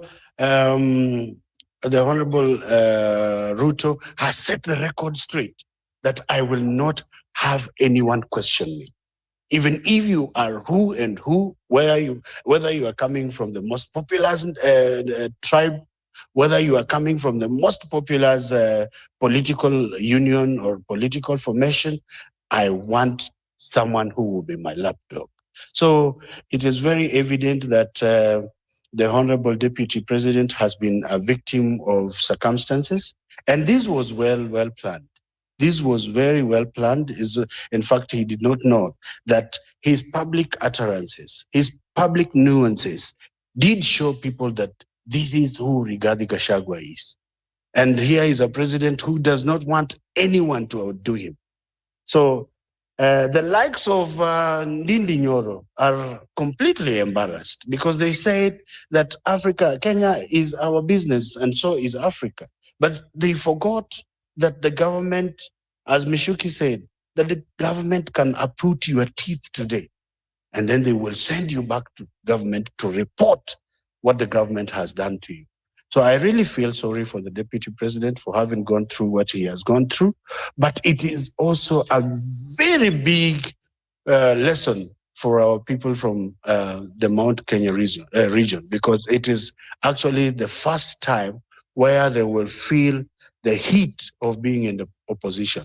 But we, as the commoners, people who have never been in political power, those who are sometimes called the middle income earners, who have been so quiet and have been doing business and have been supporting these politicians, maybe with arrogance and lack of political diligence and lack of the human heart that is associated with leadership, will now feel like we are also targets in the next maybe dispensation of leadership. So therefore, as I have had so many people speak online, is that especially those from the Mount Kenya region, they're saying, we don't want it. We don't want it. But who is the next heir to this particular seat? Of course, it's Kithure Kindiki. So what will Kithure Kindiki and the President William Ruto do to benefit the commoner who is you and me? What are they going to do to ensure that we are going forward economically? So those are the things that we have to be looking at as Kenyans. Otherwise, Mr. Andrew Kibe, thank you very much for this space and opportunity to address this gathering. Thank you so much.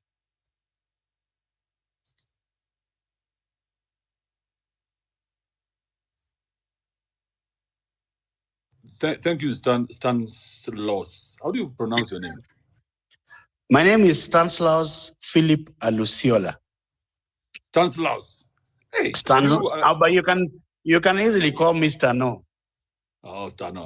Let's go with Stano. Hiyo ingine inafanya nikae mshamba sana. Asante Stano. I want to hear from Better Kenya now. Better Kenya uko hapo? Mambo Kibe. Fiti. Unasemaje Better Kenya? Hebu nipatie hiyo submission yako. I feel like the constitution is not even working because your impeachment ya Gachagua, it wasn't more following the laws. It was more of a game of numbers. Okay, we listened to the whole thing and I don't think there was kitu yenye mbaya sana amefanya yenye ingefanya. Okay, I'm not saying he's okay. Yeah, na Ruto on the same page, but Ruto ni mbaya hata kumliko. So if we follow that procedure, it means we have Ruto should also be impeached using the same measures. But the thing is, in this case, Ruto is running the whole thing. He is in charge. He's running the country. He's not following the constitution. Kulikuwa na finance bill. There were some things zenye zilikuwa kwa finance bill zenye hazikuwa zipitishwe. But he went ahead and did those things. The NHIF thing, alimaliza na aka switch to shift, tukatumiwa 2 messages online without our approval. He didn't consult us. It happened to na akaipitisha. So I feel like he's running the country how he wants it to be. Na hata this thing about the 7 years term, itapitishwa tu. Kuna nimeona kwa the newspaper, about Adani being used, Adani using JKIA to secure loans. So that thing is in the process. Na itakuja ipitishwe tu. Because right now, nobody's discussing the Adani things. Hiyo kitu imeisha, sasa watu walikuwa wamefocus. Better Kenya. Yeah. Explain that point of taking the loans. What is wrong with that? Ati what is wrong with that? Yeah. Already tuko na loans mingi sana. So JKIA ikitumiwa kuchukua loan, we know that Adani said they will take a loan with the title deed for JKIA, isn't it? Yes. To build the airport. But do you think we need Adani to be taking loans on our behalf as Kenyans let's to build our own space? Let's assume we're just talking about JKIA. Yeah, just for 1 second, let's assume it's only JKIA that we're talking about. If they take a loan because they know that if they build a better airport, and this is just my thinking. Yeah. Like when you have a business, if you expand the business because you know the customers who are coming in and the customers you can attract, then you build a more efficient way of doing things. So Adani is going to take a loan to do that. In the business world, it's very okay, isn't it? Only that. Yeah, it sounds perfect. It sounds perfect. Only that the people who are doing it, we don't trust them. Only that sasa hiyo loan ikichukuliwa, one, JKIA won't be renovated in the manner that they are telling us they will. The amount they will take will be beyond the amount needed to renovate the airport. So okay. So for you, you're saying this is just another con. Yes, an elaborate con. Yes, it's just that they're making it seem like a nice thing to do. Okay, but so in reality, for it to be a con, for it to be a con, it would mean that we don't really need to expand the airport. We don't really need. Okay, we need the airport to be expanded, but we already have the money to do that. Let's stop there. Let's stop there. So do we need the airport to be expanded? Do we need the airport to be managed better? Currently, we need hospitals to be given medicines. No, I've just asked you about the airport. I just asked you about the airport. That's not something we need right now. No. So I've asked you about the airport. The airport, because we don't need. You can have many needs. You can have a need for better agriculture. You can have a need for better, what do you call it? Better roads. Let's say it's not a and priority. those needs can exist by themselves. So do we need a more efficient, better working airport? Is that a yes or a no? No. So we don't need that. So we are good. No, we are good. All right. So is this like a professional assessment? It should. No, we don't need that, but it will be passed. But I'm asking, but it's not a professional assessment. No, it's not. So do you think a professional assessment was done? No, it wasn't. There was no any professional assessment that was done. To find out whether we need to expand the airport. Is that now like something you're sure about? That there was no professional assessment done? There wasn't. Are you sure about that? Yes. But again, are you sure? Yeah, I'm sure there wasn't. Okay, there was the rains and the Are you sure that there was no professional assessment done to establish that we need to expand our airport? They made it seem like there was, but we know there wasn't. So you're not sure? I'm sure they made it seem like there was, but no, are you sure or not sure? Better, are you sure or not sure? I'm sure they made it seem like sure. That. No, you're not sure about what you're saying. You fell into the trap, and that's why I'm trying to get you out of the trap because I saw you go in there. What trap, Kibe? The trap of complaining, and I didn't want you to complain because every time you guys complain, I have to mute my mic. There's nothing we can do. You just have to sit here and take it like a bitch. So, do you have any documents with you, Better Kenya, somewhere there to show what you say, to prove that point? No, I don't have any documents showing that. Even on WhatsApp? But I do have a newspaper that's saying Adani to use JKIA title to secure loans. But I use titles to secure loans to get to finance my businesses. There's nothing peculiar about that. Only that in this case they won't. How would you know? Because so many other things have happened. But we have Thika Road. We have Thika Road. Thika Road We have the- haikutengenezwa na nani na we Ruto have the na hii expressway. government ya Ruto. It was the same Okay. kind of conversation. Kibe, tell me They had one spaces thing. like this and complained about the new construction. So are we on the wrong side of Kibe. history? Kibe. Can I come in to defend Atra's her point? I don't understand how you would come into my like I would invite you to my farm. You want to lease my farm, and then I give you my title to go secure a loan using my title, my own title, to run my business. That sounds quite weird. And at the same time, you want to get profit, the profits. And at the same time, you want to run this company called Kenya Airports Authority.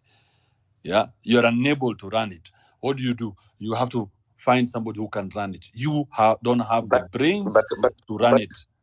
But Kibe, I don't think we are unable to run. It's not a matter of not being able to run. We have run that the KIA thing since independence. I've never seen one day that the KIA has closed down all the airports because they are unable to run. It's by design that someone wants to put let's ask the question. Let's ask the question. Let's get out of our feelings, okay, for a second. Is this the business of Adani?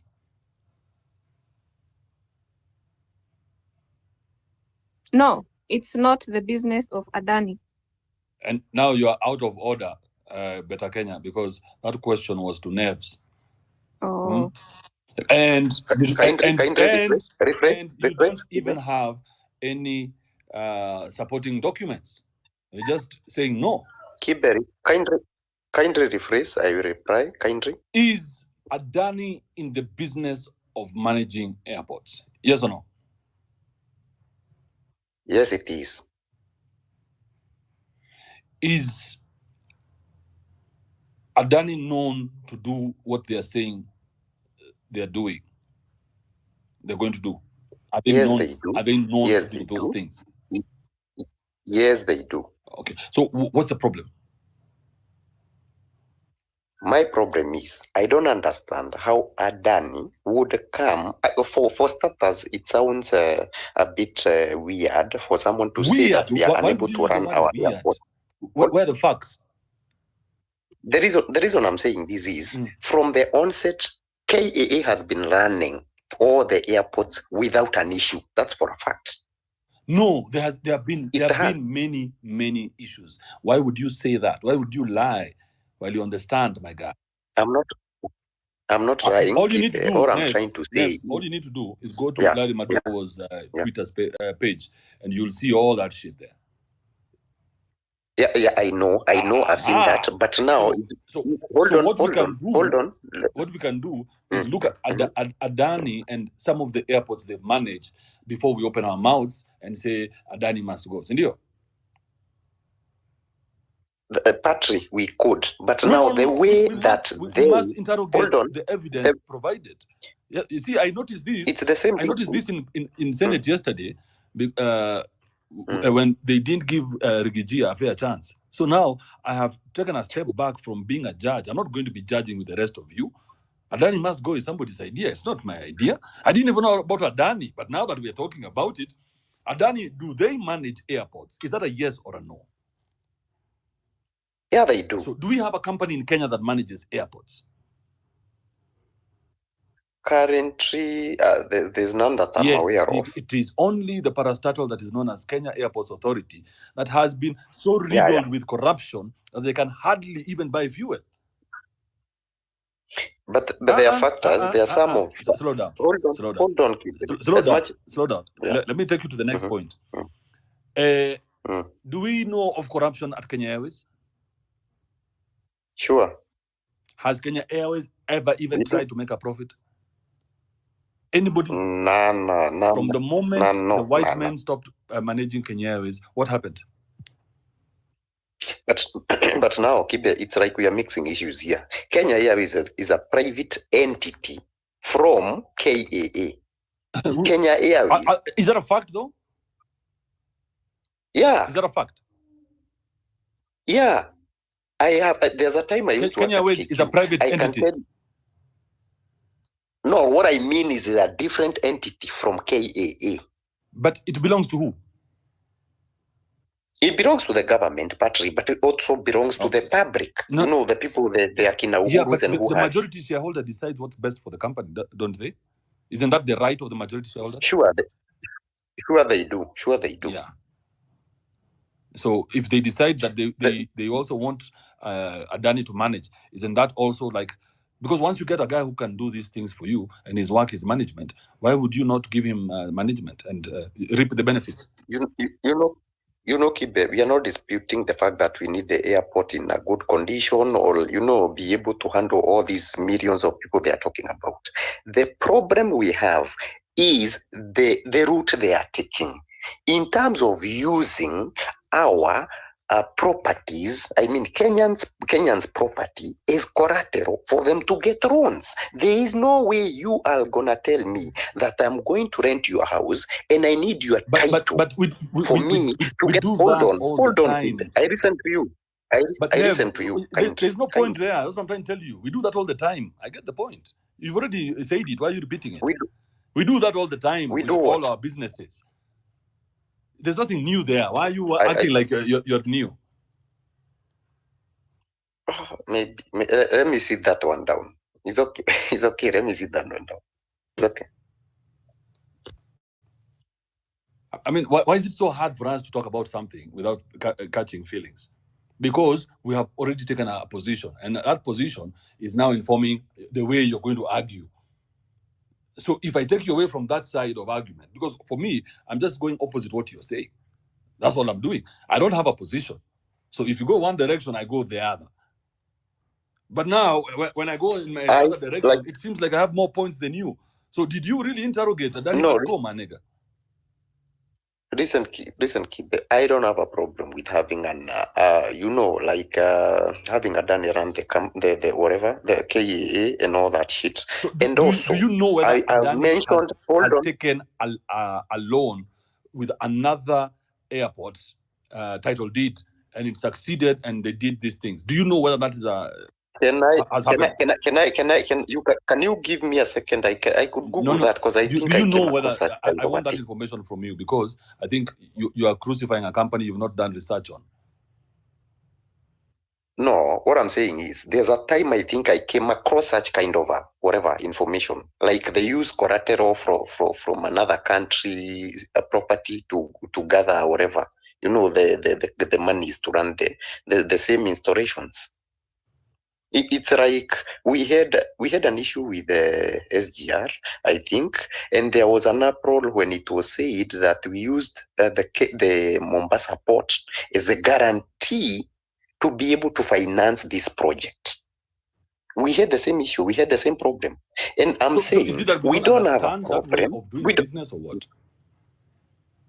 Because that's a very standard procedure in business. So is it that we don't understand that and we're in our feelings and we don't know any business, or what? Hold on. I'm in agreement that we need the airport expanded, but the processes that are being taken is what people has issues with. It's not about being emotional. No, we are talking about the process. It's not irregular. It's not an irregular process. Kibe, we are in a very corrupt country. We know that. And that is why we are scrutinizing their processes and the way things are being done. We have seen Richard Onyonka, courtesy of, I think, Nelson Amenya, raise the issue of having, this tender process. There are other companies outside, worldwide companies who wanted to do the same thing and they were denied that chance. So there has to be some vested interest in this. That is what we are questioning, bro. It's not about emotions. We know our readers. We know how how corrupt they are. And that is why we are so much interested. If you look at this thing of, I don't know, Ketrako, now and Chief, how do you tell me that a whole country which has been, it's over 50, I think 60 years, we are headed to 60 years independent. Now, a certain company, just one company, is the best suited to run 3 different entities: health, energy, and, transport. Do we even have a country? What are you telling me, Kibe? What are you defending?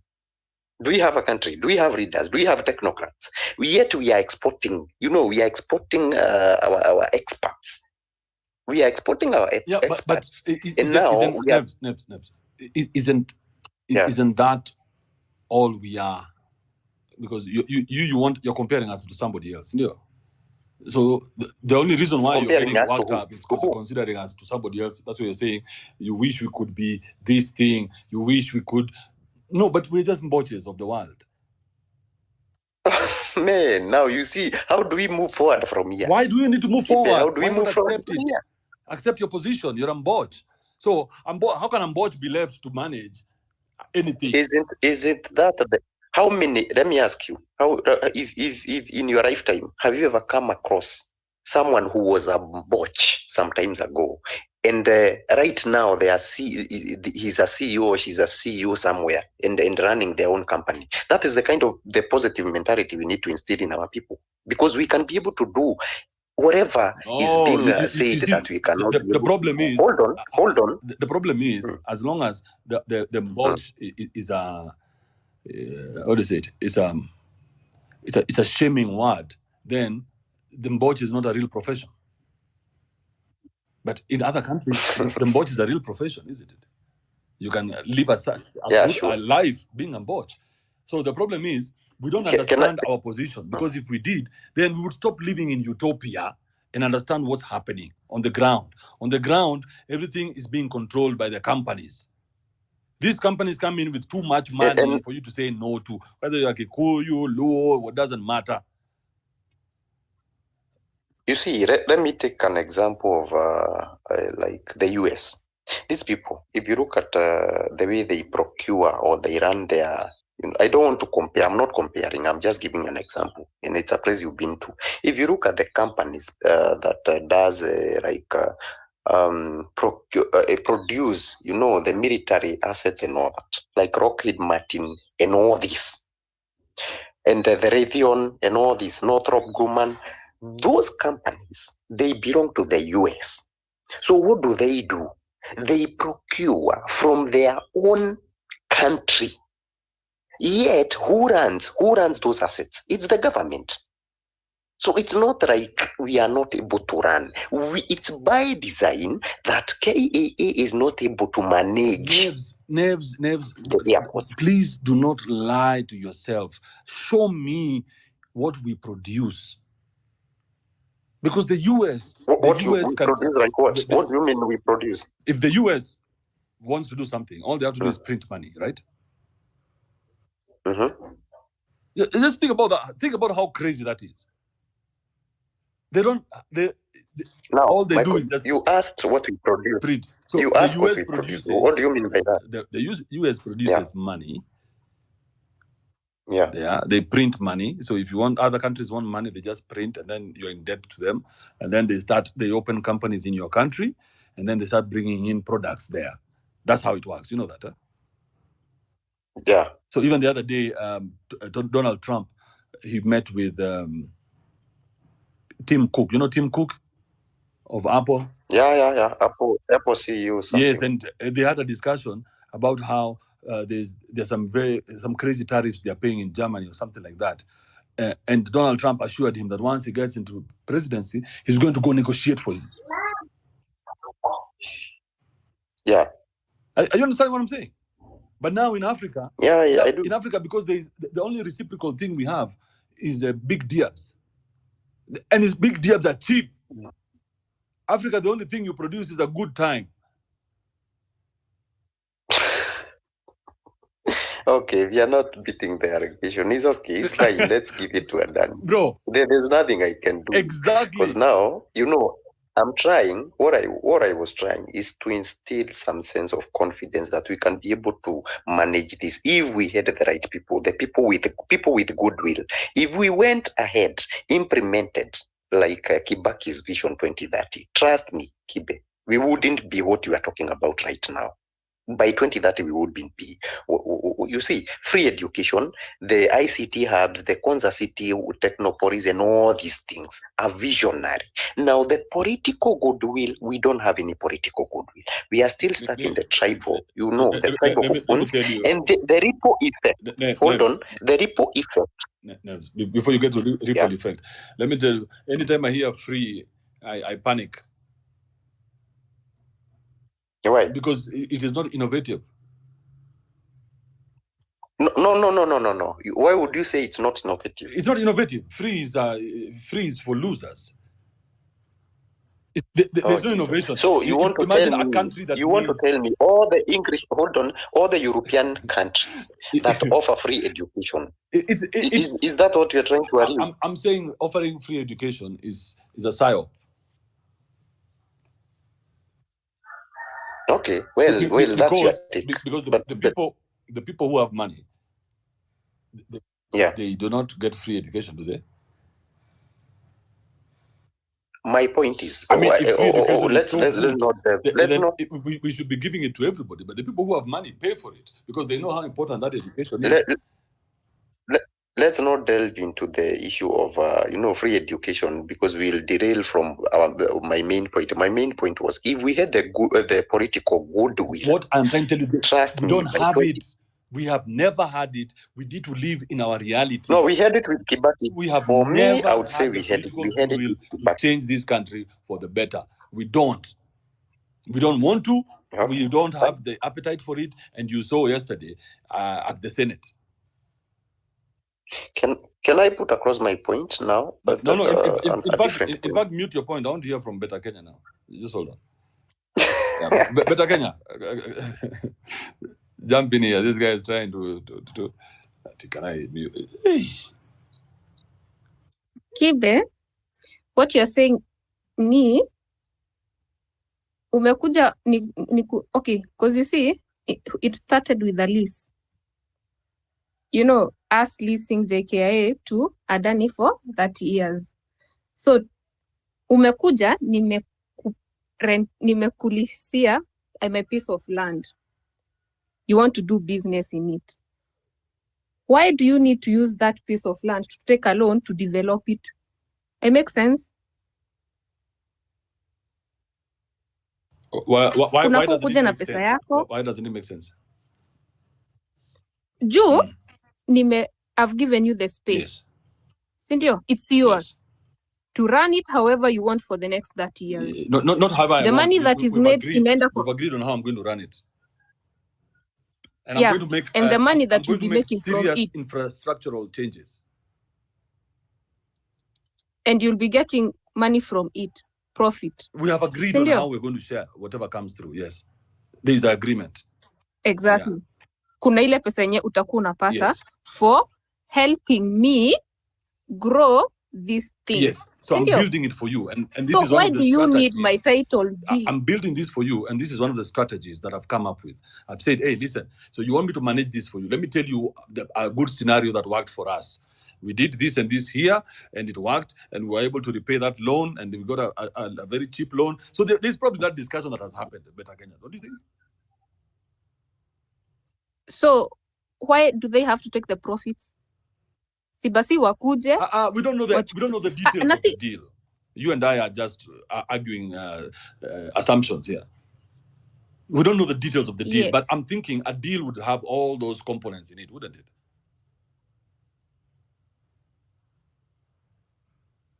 So why are they taking the loan on our behalf? Why can't we be the ones to take the loan to pay your pesa or develop? We don't know what to do with the money. We are thieves. That's why we are bringing them in so they know how to use that money. Ni kama na wale they're coming in as as financial so you see, advisors, ama like managers. The airport is a government installation.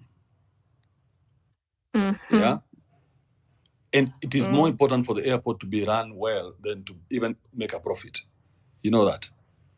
Yeah. Yeah. So it is important that we look at the deal without making conclusions. Because again, what if? Because I'm just going opposite you, Better Kenya. I don't know the details of this arrangement, but from a business side of it, I'm not seeing any irregularities. It's not something that has not happened before. We are talking from a business. Yeah, so people take loans for businesses, and that arrangement has been there before. It's not a new arrangement. You've said it. People take loans to run their businesses, sindio?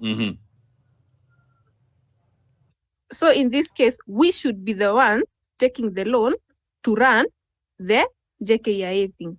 So it shouldn't be them. They probably have more access to finance than we do, knowing they have a better track record.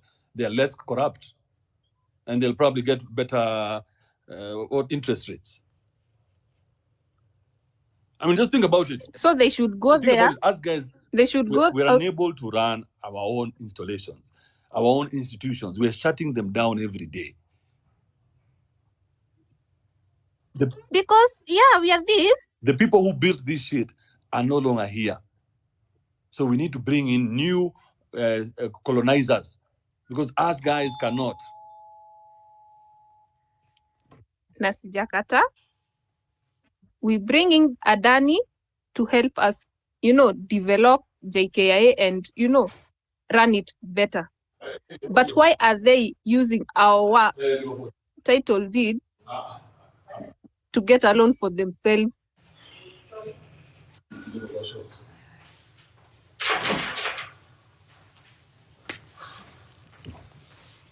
Sorry, Better Kenya. What do you say?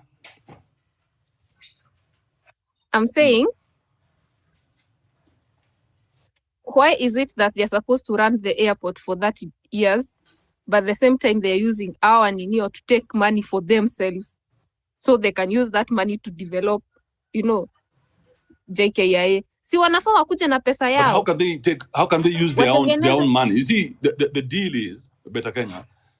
You see, we are not bringing in them as managers. Let me explain to you how the deal is supposed to be made.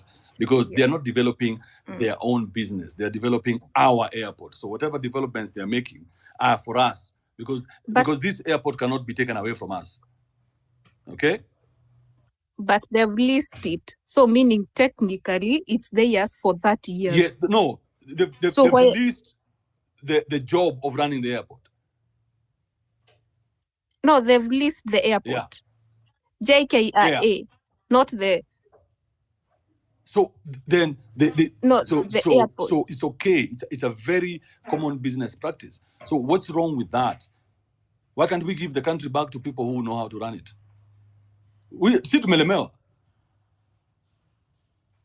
So we are selling the country, in short. It's never been ours. Anybody who bought it's ours. Anybody who bought shares from Kenya Airways has never made money. Kenya Airways has never made a profit ati wakakama wakasema make profit kubwa sana. Where is that record? So the only thing you're afraid of. So unaniambia. The only thing you're afraid of. Unaniambia. Is because this is a new thing. Wacha tutumie. No, let's use a simpler scenario. Niko na flats. Sindio? Umekuja umelease. You want to do your Airbnb business. Yes. Sindio? Yes. So am I the one supposed to fund you, or are you the one supposed to come with your own money and run your business? You see, based on our arrangement, if there are structural changes to be made to the house, those are made by who? They're made by the landlord. Yeah. So the landlord I'm going to tell him, okay, listen, for me to manage this block of flats for you, I'll need you to add a sink here and remove this here and do this. And all those structural changes are going to cost you money to get us profitable, to fix this problem that we have. But I tell you, I don't have the money for fixing the sinks, sijui nini nini, you will take it as it is. No. I'll tell you, it's okay. I can get a loan for this because the business must be done. This is not a business that will not be done. It must be done. We've decided to do it. Then you're supposed to go take your loan, come fix the thing. Mimi na wewe deal yetu ni you have the building for 30 years. That's it. But you see, this deal is dependent on you meeting your end of the deal and me meeting my end of the deal. So what is my end of the deal? I mean, first we have to see what the plan, the Adani plan is. They have shown us a plan. There is a plan, right? So you're also talking from a point of assumption. You don't have the facts. No, I'm talking from a point of business knowledge. No, you say today I look for the I Adani need to plan. have the It will not take me document 30 seconds to that get it. says There must be a plan. Do you have documents stating that? Okay, so none of us have documents, but according to business, Exactly. according to business, then it's obvious that there should be a plan, right? Yes. Common sense dictates that you wouldn't get into a deal like this without that kind of plan. Exactly. Hold up. So if we see that plan, then are we going to relax and rest and now move on to other things? It will depend on what's in the plan. Yeah. So we just said, as long as we see that plan, it will put our fears to rest.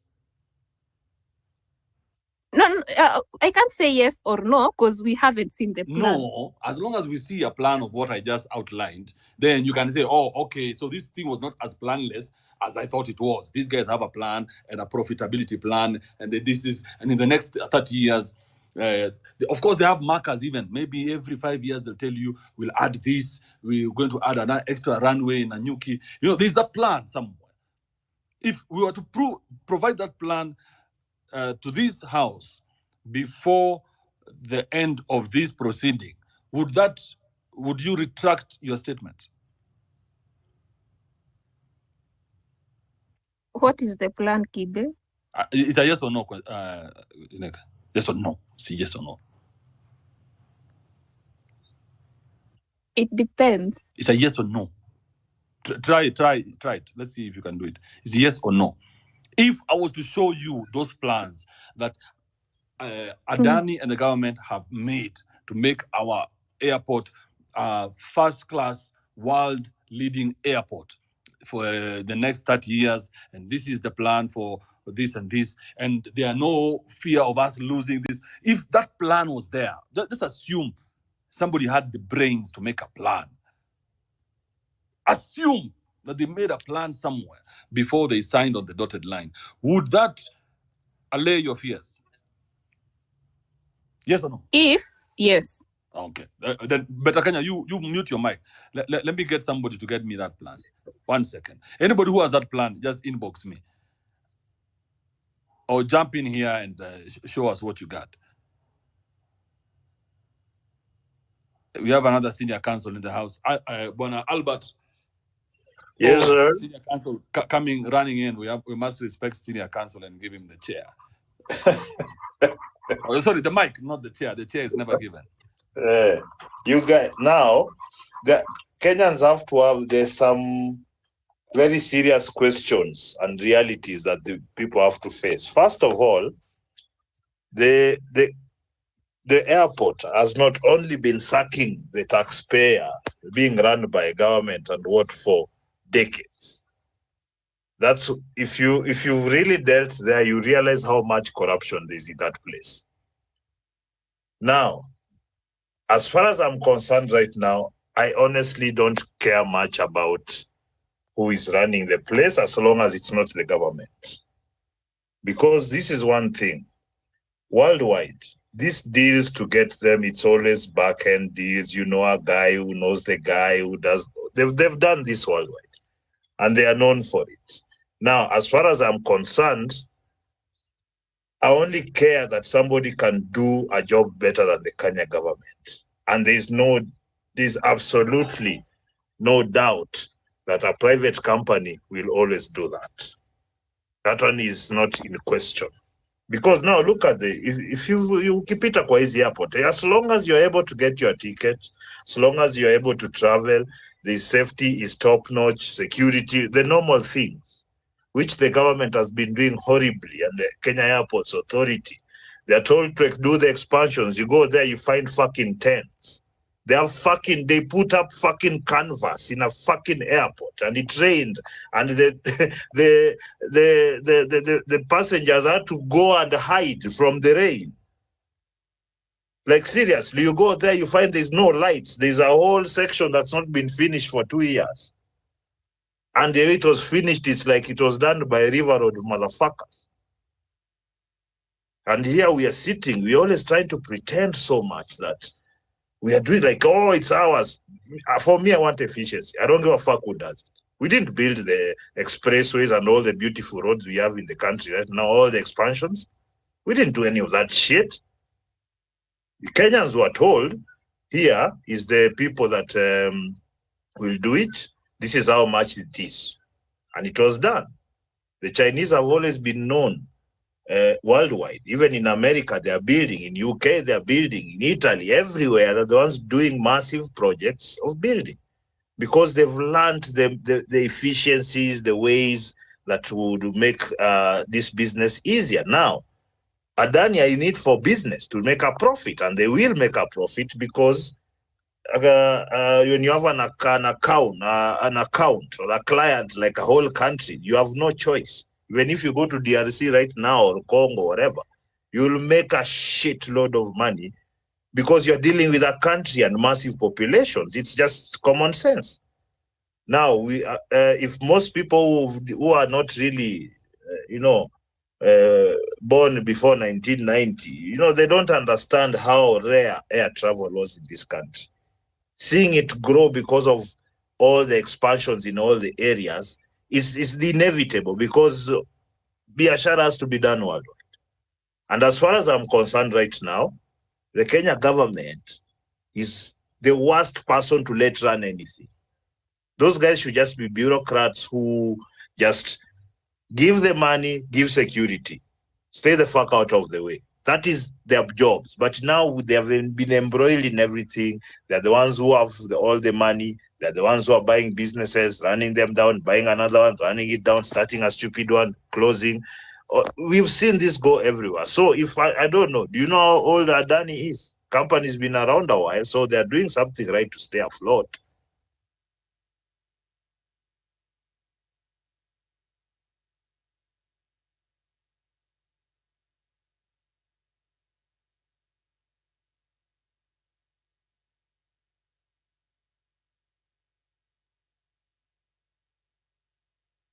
Thing. So I don't know what these arguments are. Why do you keep this? They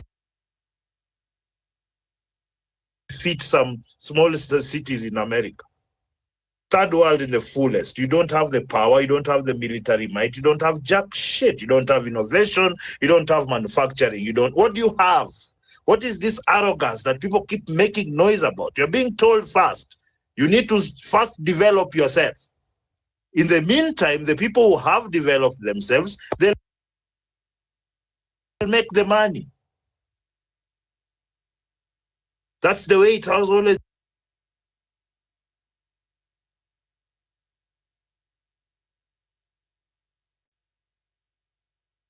been. Why do you? Is there you guys can talk about that? You can talk to Adani about running an airport, or you're just all just creating content. You don't know how to run an airport. You don't know what it needs to run an airport. So what is all these expert opinions from a corrupt society that can't even do anything right? You have absolutely nothing to say about businesses that are doing how they got the deal. I don't give a fuck. That's how everybody gets deals in this world. You think America, there's a meritocracy that everybody now gets a fair shot? No, it's the person who's created the networks and can deliver on the job. Sometimes they go away from efficiency a bit just so that they can give their cronies. That's what happens worldwide. It doesn't matter whether you like it or not. How do you navigate that space without being left behind because you have to say independent. You know, you are not really independent, are you? Your economy is run on foreign money. Your army is run by the British. Like, if the British decide right now, let's take over this shit, they'll take over. Our army is paid by the British. Amujui is paid by the British and the US. You don't know that. All of you just talk and you don't understand anything. But as far as this Adani deal goes, you guys can make deal noise about it. They already know how to do this with you. The noise will continue. Some of you might run a bit on the street. It will be over and it will continue. That's the bottom line. For me, I'm not here to make people feel good about your noise making, that you just keep on doing the same fucking nonsense. If you want to be a politician, this is what you should be doing. Yeah, do politics. But every one of you is trying to talk about, oh, we need to go where and protest. You're wasting your time again. How is it that you've not learned anything? You've been doing it for months now. How is it that you've not learned anything? It's because you're also dishonest fuckers. It's not that you're trying to be seen so that you can go in there and maybe get a little change from these fuckers. That's what is going on right here. If you're honest about it, at least people can navigate things with the correct information. But stop lying, talking about how you are this corrupt deal, Adani. I don't know anything about how that deal came to be. All I know is what the politicians are telling me, just like you. Because the information you guys are operating on, where are you getting it from? It's the same politicians that you guys are shouting. They're the ones in parliament. How do you not that entire thing us? Right now,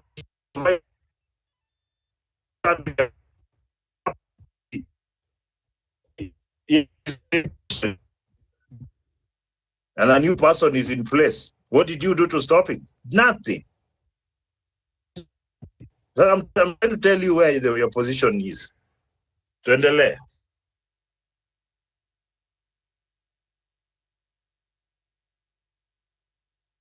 Hey, senior counsel. Umeingia na ubaya. Very nice, very nice, very nice. Tutaleta a junior counsel who has recently got his brains back. Kenya Daima. Yes, Kibe, thank you. I hope I'm loud and clear. Oh, Sia can hear you. She's here. Sia is here. Okay, sawa. So, I'm going to say this. Sometimes I think we speak out of ignorance and lack of information. Yeah, sometimes we might be saying some of these things, like the things that Albo was saying. I can say with confidence that was ignorant from senior counsel Albo. So, with all respect, Mr. Speaker, sir, I'm going to take the shortest time so that I can be able to deconstruct some of the things that have been said by senior counsel Albo. First of all, I want you to understand, and there is something, Mr. Speaker, as the chair, allow me to correct you on something. You said KQ has never made a profit. KQ was profitable this year with 513 million. Okay, then on that, then we come to the JKIA. JKIA itself, in alone last year, they were able to collect 50. Quick question on that. In the last 20 years, how many of those 20 years have KQ been profitable? No, let's talk. No, see, we are talking about progress. Just a second, Chap, kindly protect me. I'm just asking. Don't get defensive. I'm just asking. Why are you so defensive? But Albo, you're out of order because he let you finish your point, so he didn't interrupt you. He's coming back at you on all the points that he thinks that you were off on. Yeah, but your time. Yeah, and yes. So, and the reason why Kenyans we need to, when any proposal is brought, when the Chinese came, we never complained about them building us the road. They did a good job. That's something that we applauded. Why is it that all of a sudden Adani is coming to the picture and we're having an issue with them running our airport? I'll explain why. I'll explain why before I even get to the details of that deal. First of all, you need to understand Adani has been around for a long time, but it only ran airports in from 2014. That's the only time it got a contract to run the airport when Narendra Modi got into power. It was given a contract to run 7 airports in India. 7 airports in India. Then now we go and look at this. Remember, Adani had never ran an airport. Okay. So what Adani did when it was given that contract, it took other small companies to do the work. And what happened with that is, if you can check last month, all the 7 airports in India, they had been closed because Adani was having an issue with payments. You get Adani has the biggest problem of airports leaking in India. We are talking about those are facts that about it in India. Then let's come look at the deal that Adani is offering us. Adani is offering to renovate. You get Adani is saying if we are going to get into this deal, you should not construct another airport for the next 30 years. So if we got another partner, someone who was strategic, who wanted to invest in Kenya, like in Konza City, and put a modern airport in Konza City, we are not supposed to do that. Let's get to the details of this deal and let's look at the assets that we are talking about. JKIA itself is sitting on a land of it's sitting on a land of around 1.2 trillion. Okay, when we look at KIA in terms of assets and everything, which has been running our airports, KIA, not KQ, KIA itself has been profitable all through. There was no time that KIA was not profitable. It has always been profitable all through. So when you look at an asset, how do we give an asset of 1.2 trillion for a loan of 240 billion, while the local company can be able to get the loan and do something else that is much better? Then to the other question, because I felt like Council was speaking out of lack of information. You get it is just assuming because things are bad in Kenya, and I don't care about that. Then now this is where it's always good to have this conversation so that we can have a consensus. Is this deal good or bad for us? Then the other thing is there were many contenders to with better deals. You get why was Adani the one that was approved and the deal that you are giving us is not better? Okay, so it means that there is no Adani that is coming to run our airport. That is what you need to stick in your head. It means there is a local company. Yeah, Adani is a local person here in the country. You get. Then when you look at Adani, you don't give a company. I will explain to you equity to debt ratio. Wait. Hold up. So is Adani in the business of running airports? Yes, from 2014 specifically. Okay, so Adani has been running airports from 2014. Yes. Have they closed their business? But they've ran them worse. So where is that evidence? Okay, let me share it because I posted it, and I can also share it because last month that had closed. And before I finish that, you have the comparison of the two before and after, yes? Yes, I have the comparison of the two. Okay, good. Okay, fine. And then the other thing is, let's look at the debt to equity ratio of Adani Group. It is at 1.45. So why is it that if Adani are so good, where are they in more debt? Where are we giving a company that is in more debt our assets? Then we start looking at what cases are Adani having. Like Adani is having the cases of stock manipulation and all, and it was wiped 100 billion USD this year because of that. So it is a company that is in debt. Where are we letting this company that is in debt come take our asset and use our assets to get loans? Where are we doing that? You get. So what we are saying is, Kibe, this is a bad deal. We are not saying that people we cannot have other people, we cannot have other competent companies that are coming from out there. No, we are not rigid in our thinking. What we are trying to say is, if there is a company from Kenya, yeah. So your problem is with Adani, the company, not the deal.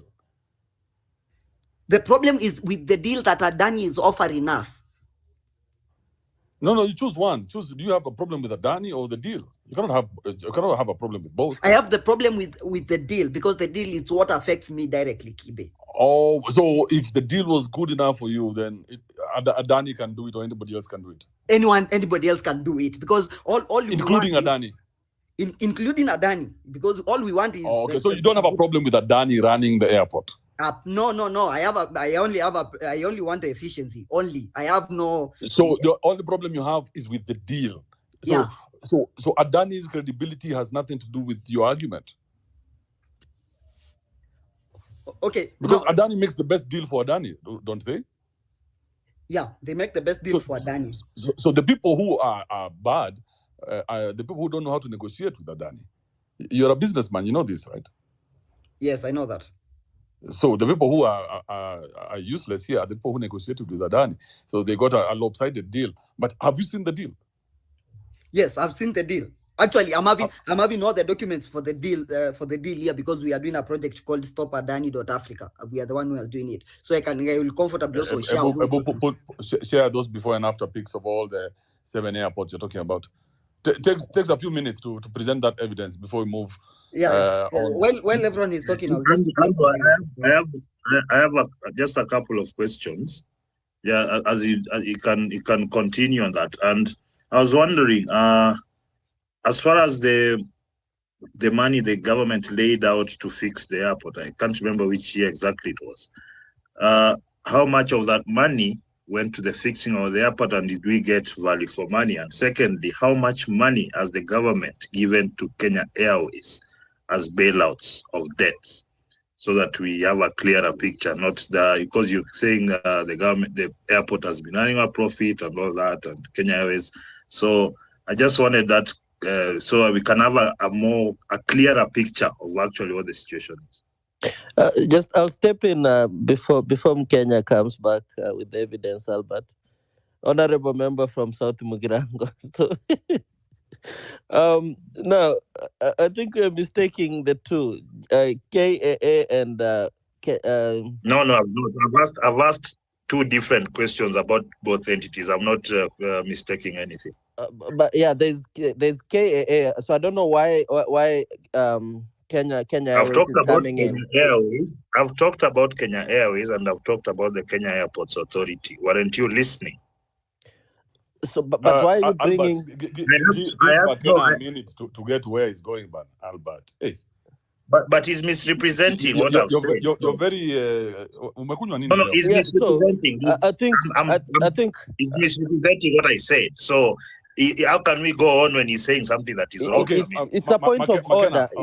Makena, yeah. Just mute your mic for a second. Albert, can you repeat what you said?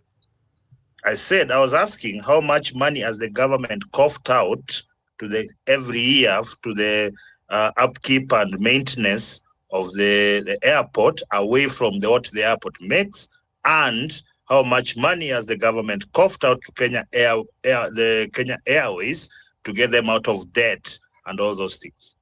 Those are my two questions.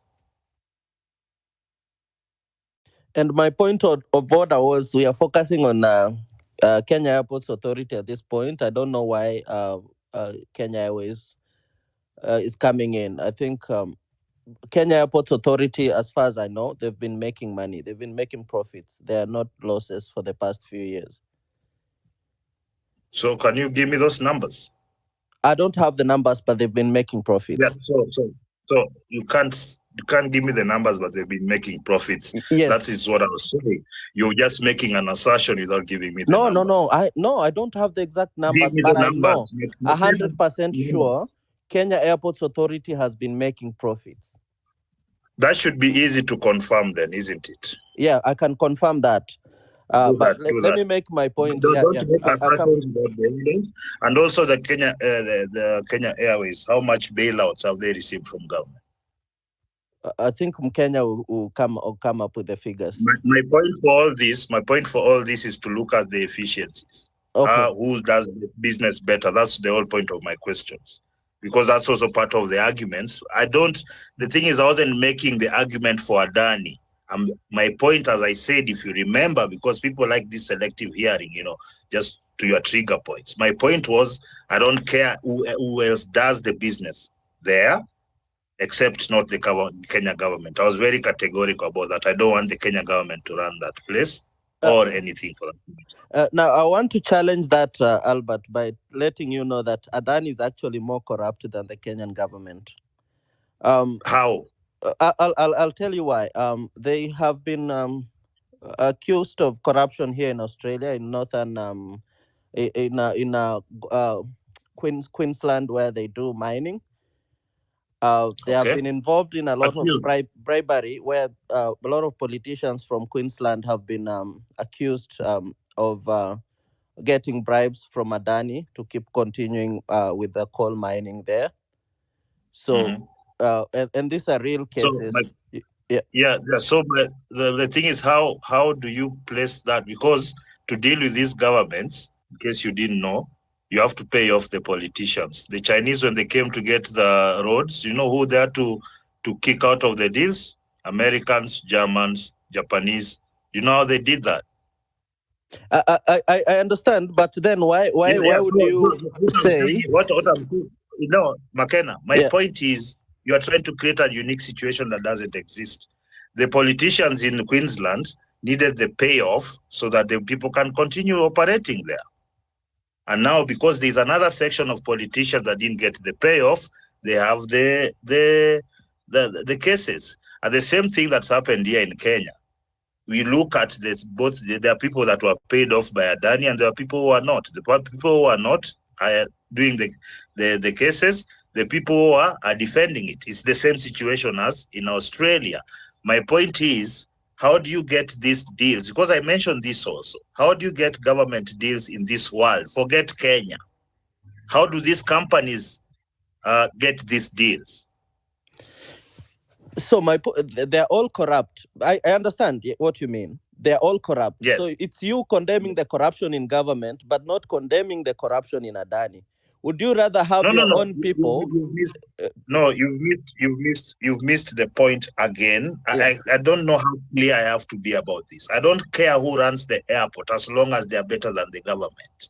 Your argument is they are not. In my estimation, you haven't given me evidence to show that they are more corrupt than government, where they have to pay off to do business. Your logic doesn't add up. Like, you've left the politicians out of it while mentioning them as people are taking kickbacks from Adani and other companies. I'll give you another incident. How do you square that circle? I'll give you another incident. In my opinion, Adani is just a group of entrepreneurs.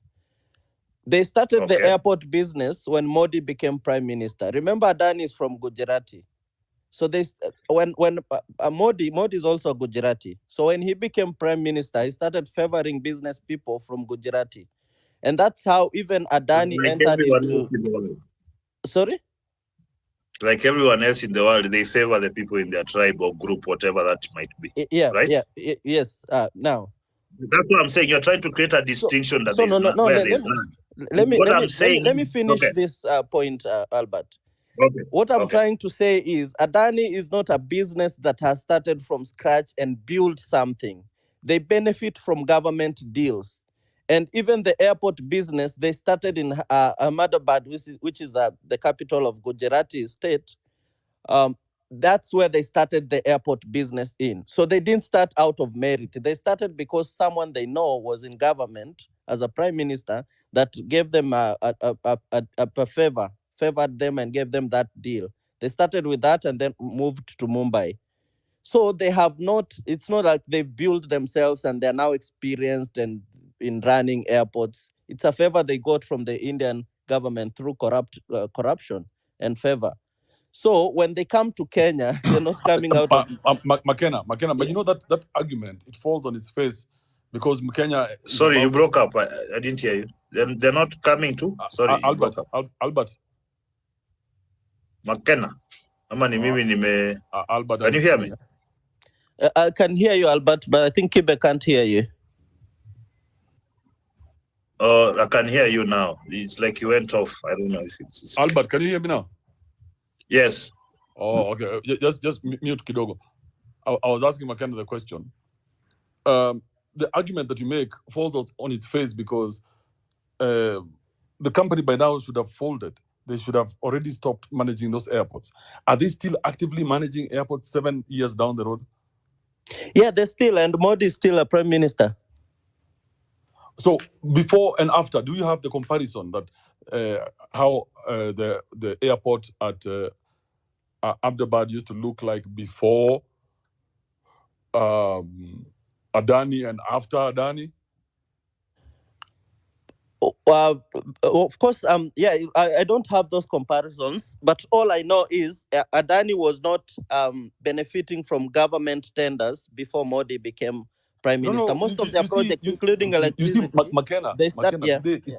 if I become president today, I'm working with the people I have confidence in, Mm-hmm. right? Yep. And if there's a new business that's coming up, I'm not going to go looking for people to do that business. I already have McKenna, I have Albo. Just now, I just thought of a big idea we can do with Albo, just now. So, will that be corrupt? That is corruption. Yeah, it's considered corruption. But now, again, it's even worse. I have to work with the right people, and I have the right people. And these Adani guys seem to be doing many things right, even as much as I didn't even know they were in Australia. They're doing mining, coal mining in Do you know Australia. Do you know how much? Do you know how many things to do you have to get right to get a mining license in Australia?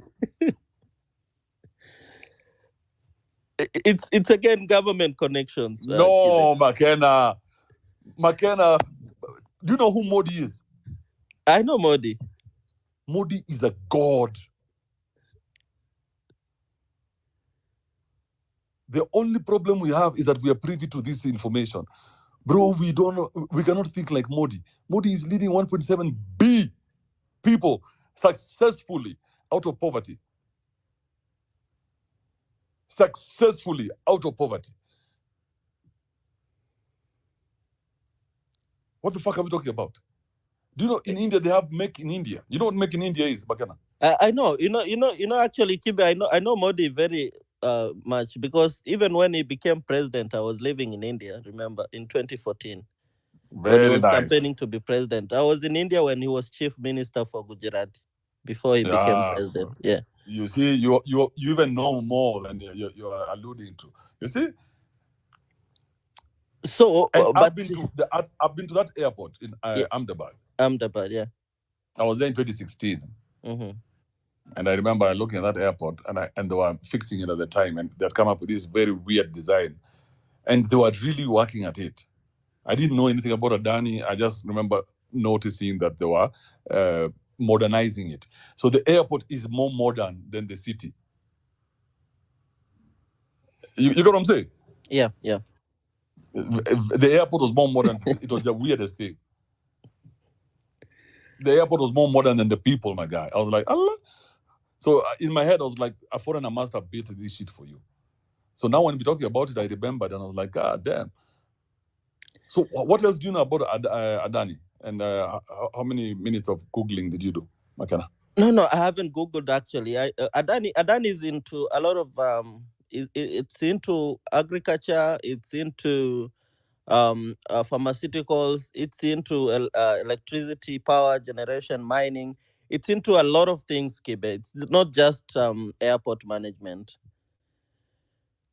So, but a question on that. So, are they incompetent in all those, or it's just in on our website, but they don't actually do it? No, I'm not saying I'm not saying they're incompetent. I'm just saying they use shoddy ways to get favors. Okay. Yeah. Okay. My next question. Yeah. Who else doesn't? I wouldn't point at any, but I would imagine that deal there would, instead of a private partnership, it would have been open for all other applicants, so that we I understand. I understand, McKenna. I understand all these things. Let's not belabor the obvious. We know that if we need a better system, more accountability, more, I get all that. Yeah. What I'm saying, because I'm not trying to say at the moment, at least, how it should be. Right now, I'm still assessing and trying to break apart what is going on. So the only way I can do that is to ask questions and try and deduce what's happening. Yep. So Because if you look at this company, they are doing so much shit worldwide. It's impossible to have that level of corporate might without having at least some efficiencies or at least some how do you call them? Being good at things. Or at least if it's a company, it has its professionals, it has its guys, engineers and whatnot. They also work with other companies just like everyone else. So they are doing quite a bit. Like that's why, because even like the initial, when I was listening to Andrew speak, there's kind of that knee-jerk reaction people have, especially when we already have a narrative that we've already gotten comfortable with in our heads. But because I am so anti-government and I've not been shy about it, and my reasons are clear why. It's because they don't deliver anything. They're very inefficient. They're ushamba imejaa hapo, ignorant as fuck. There's too much going on in the world that requires such high level knowledge for these buffoons, these monkeys we have jumping around. That's where I stand. So when I look at a company that is doing mining, is doing what do you call fuel, they're doing engineering, like nigga, I am going to lean there because I can already see this is something. Because running an airport is not rocket science. Forgive the pun. It's not. As long as you have the systems, you have the security setup. They're not the ones that, for example, make the planes, which are the important things. They just need the infrastructure, which I think even in our case, our infrastructure is so small compared to the other deals they have. Like I've looked at them. I'm just actually looking at the other deals, the other things they're doing, but ours is chump change. They're doing like there's this $500 million money they're raising from one of these financial properties. $500 million in India. They are able to raise that. People seem to trust them enough to give them that kind of money, despite, and not actually despite. Actually, part of that is because they have a close relationship with the leader of the country. I'm looking at Indians, companies like this, Tata and what, they've gone all over the world. They went to England and took over all their Range Rovers and everything. Like it's we have to, I think we have to just think deeper, because Now, in as Albert, much as no, let me finish. In as much as we want so-called independence, which I really don't understand it, I just think we should be business people now. Let's forget how somebody else got a better deal or whatever. We know worldwide it's not always the best companies and the best people that get the deals. That is not point of contention. My question is, will these people do a better job than the government? Because we've seen on other fields that they are doing a lot of complicated high-level business in technology especially, and all that. So that's where my mind is at. Albert, I don't. Okay. Albert, I need to ask you a question.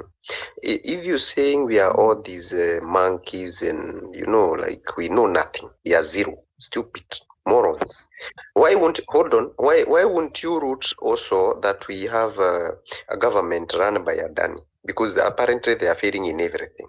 You can't stand here, tell us we are hopeless, we don't do nothing, we are zero. Hold on, I finish my point, you'll reply.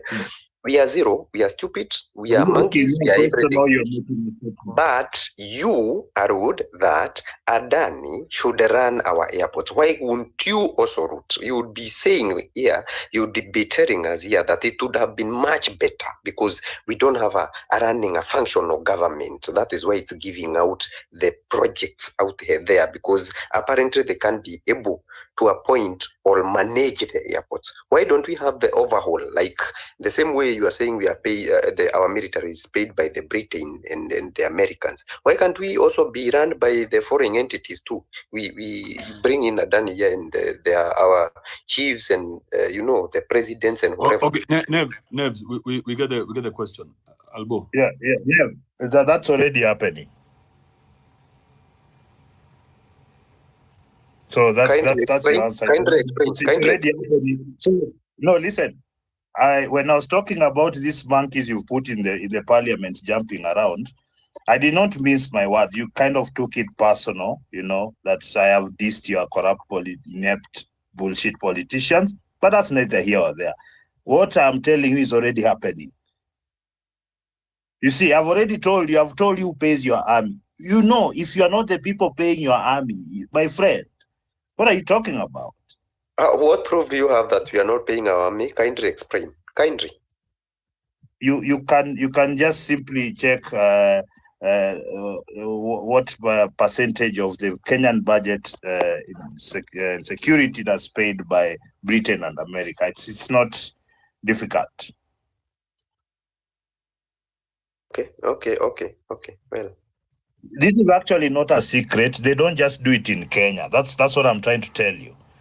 They are the ones who run a lot of the security around the world. They have over 900 installations across the world. That's America alone. So I need you to just look at it. I'm not talking about anything else. I've told you already. I don't know why you get your feelings hurt when I talk shit about politicians. No. I'm not hurt, bro. I'm not hurt. I wasn't calling you a monkey. Yeah, I wasn't calling you a monkey, but you took it personal. Like, what's up with that? No. What I mean is your perspective about us is sort of, it's quite hard. It's quite, I think it's quite illogical for you to say that. And I hear they are calling you a cancel. So are you a cancel for, people who don't know where they are headed? Nevs, now look at this. You see, I honestly don't give a fuck what you think or how you feel about this. I'm just telling you things the way I see them. You see, what I see is that you are refusing to accept the truth when you look around you. Everybody's complaining about nothing, the way nothing is working. The same people that are complaining about how they keep making the same bad decisions to propagate that condition. And you are telling me right now that your feelings are hurt, so I should be nicer about it? When we are losing billions, you are losing opportunities to people who are being smarter and being a bit more aggressive. Like, come on. Get off your feelings, dude. I don't give a fuck. Nobody cares that your feelings are hurt about how I've expressed myself. We are here to look for solutions or not. It doesn't matter, but that's my opinion. You're fucking monkeys. If you had monkeys in that, let me tell you. Those are voices in your head telling you that I'm hurt. That is your perspective. Listen, but I'm saying, why should it be such an issue for you that I'm accurately describing what I think of these people? I just told you right now that your vice president has been removed on charges that you can remove each other person in that place with. And there's nothing you could do about it. I'm trying to make you understand that your feelings, all those things, they don't matter anymore. They've never actually mattered. The more you indulge them, the way you think, now they should do it left. Let me tell you something. Do you know when South Africa started falling backwards? The painful truth. Yes, they started falling. And you see, the worst thing about how we see ourselves is that we've removed all logic. We only operate on emotions. The fact that South Africa is going to the dogs after white people stopped running it, you should take an introspection and like, hey, Mazi, to go down. Not defend it, not catch feelings like, what the fuck, man? And we can't do anything right. That's my position. Bro, so listen, when I don't have a problem. I have one life. I'm not going to spend it. Yes, I'm not going to spend it defending bullshit. I want the best. Can I say something? The best. I don't have a problem with your opinion, but there has to be a start. You do. Hold on. You do have a problem with bro, you ain't in my head. Stop putting those are voices in your head telling you that. Listen, what I'm saying is, can I say something? There has to be a point whereby this has to stop. There has to be a point whereby you reevaluate yourself and say, no, we are not doing enough. And I think this is the moment. That is why people are complaining, bro. Right? That is why hold on. Yeah. That is why we are seeing Gen Zs waking up and saying, the previous generations have been so silent on this nonsensical political conmanship. So we need to wake up and change this. If you look at most of, technological wise, we've been behind, but at least we have right now. If you walk like 10 meters, you'll find a tech guy somewhere. These things were not there 20 years back. So the generation that is here, that is rising, is questioning, and there's nothing wrong with questioning where you are coming from or what is ailing you. And we can't sit down here and agree with you totally that we can't be whatever Adani is. Nevs. I don't think we have the brains to interrogate this, because the guys who are selling cars are saying the economy is going bad. Do you know what that means? Yeah, I know. So if they cannot, if they don't have the brains to come up with solutions for their own problems, why would you say that, Kibe? I mean, that's what people are complaining about. Hold on. The reason as to why the car sales guy are complaining that the business is down, it's because of policies that the Gen Zs are against. I said there has to be a point whereby you say enough is enough. The bad policies. What policies are these? Don't just throw these words around. The reason I'm saying this, Kibe, policies are what governs. What policies are making it good harder? Policies, when we talk in terms of social and everything, financial, all these policies. Which policy did the new government put in place that is making it hard for people to buy cars? Which policies did the government put in place? Yes, that is making it hard for people now to buy cars, and now the car salesmen are crying. No, when you have a government which, for starters, doesn't respect their own promises, that shows that. Which policy, Nevs? Which policy? I'm answering. Can we go to that policy and interrogate that policy? What? The policy that made the economy. Yes, that's what you just said now. So I want us to interrogate that. Yeah. So which policy was that? Okay, I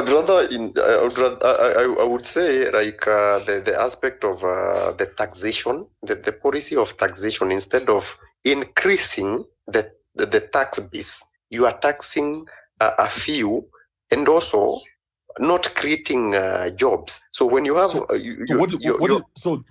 that's the reason for the decline of sales in motor vehicles? Partly because people don't have confidence in the government or the way things are running. People are fearful. They want to keep their money. Nobody wants to spend. We saw that during Moi's era. What do you mean nobody wants to spend? Like nobody wants to spend on what? Have you compared what else people are buying? Have you done a comparative analysis? Sort of. If you look at the way people used to, did you know? And now just mute your mic so that I can deliver this point to you. Okay. I've gotten a good point, and I want to start closing this up as well. So did you know that when the mobile phone came in the picture, beer sales went down? So where is the reason? I'm saying, so you have to do a comparative analysis and find out what is really happening, because sometimes you may think one thing is wrong, but it's just obsolete, or something new and better and shiny is here. So like now, when the phone came in, because people were spending a lot of airtime, now they started sacrificing their alcohol. So if they were taking 3 bottles, they are now taking 2 bottles so they can buy airtime. So comparatively, what would you relate to the decline of buying new motor vehicles? What are they doing now? I see Kenyans partying more every day. This seems to be your position. Maybe that's what you are doing, but it's not what the rest of the people are doing. Bros. I mean, if you think about the clubs, there are more clubs in Kenya today than ever was. Yeah, and what does that even... The church is banking more money today than they banked yesterday. Can you support this? I mean, do you know how much the church banks every Monday? No. I'm asking, can you support this? Do you know? I can somewhere that I can refer. So stop Yeah. running to take me yet to documents. Do you know how much? Let me just beat you with that information first, just so that you can feel like a puny. Do you know how much money they deposit into the bank accounts every Monday after they've collected on Sunday? Like the MP who said is not a techno. I am not also into economics, so I don't It's have a simple yes or no. You don't have to give me No, I don't. Yeah. I don't. Yeah.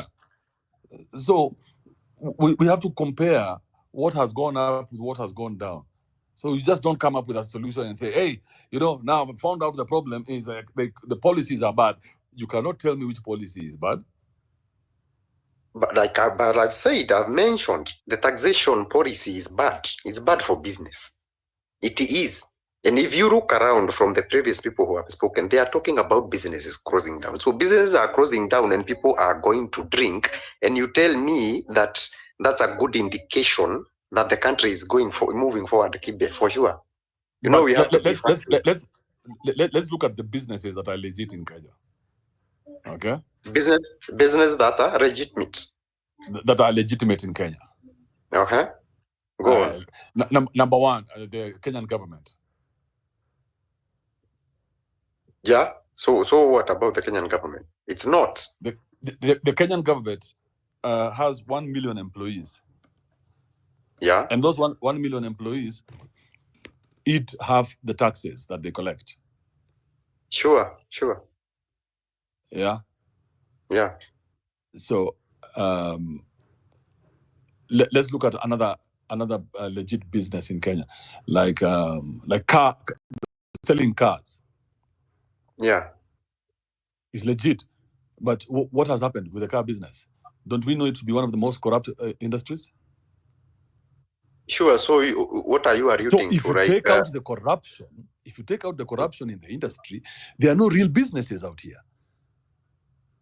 I doubt that. Like now, if you go to the malls, that is not go to a place like Two Rivers. Yeah. Went to Two Rivers and tell me what business people are buying in there.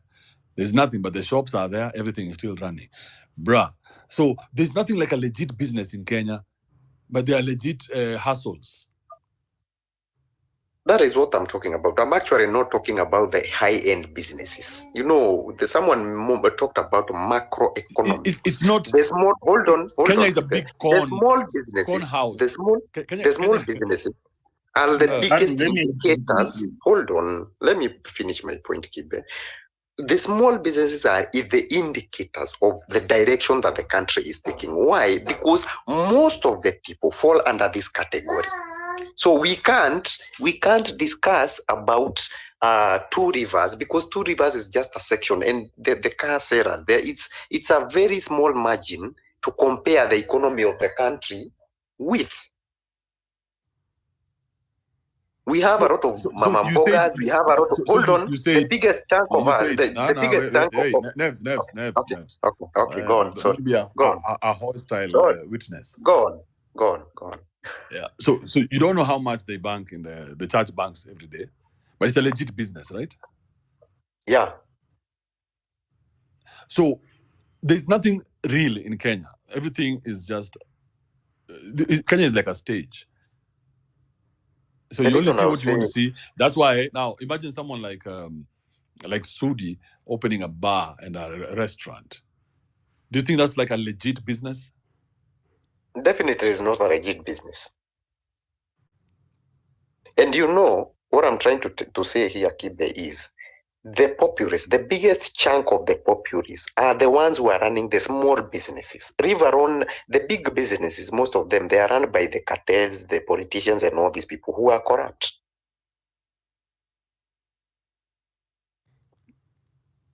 So, okay, hold up. Albo. Yeah, on that, do you know how many ordinary people work in those big businesses? I don't know. I don't know. I don't have the statistics. But you realize that the majority of people who work in these businesses are just ordinary people, right? Definitely, yeah. Yeah, so the argument that there's some kind of legitimacy or otherwise of the small businesses versus the big ones really doesn't follow because they all serve their purpose to whoever is involved. The reason I'm saying this, there ain't no way you're gonna tell me that a guy doing border here, picking someone in town from point A to B and getting 200 is not doing a legit business. Yes, also the person who's for one reason or the other supplying you with airtime and airwaves and maintaining signals and giving you internet at a price are doing the same thing, right? They are doing the same thing, but while employing 100,000 people. True, but look at it. Look at it. On top of that, being the platform where over 20,000 small businesses are based on. I mean, why is it so difficult to see the big picture? It's kind of ridiculous because that's your thing. Like you zero in on one thing and your mind just zeroes and then you forget how everything else works. The big businesses work because they deliver to many people efficiently.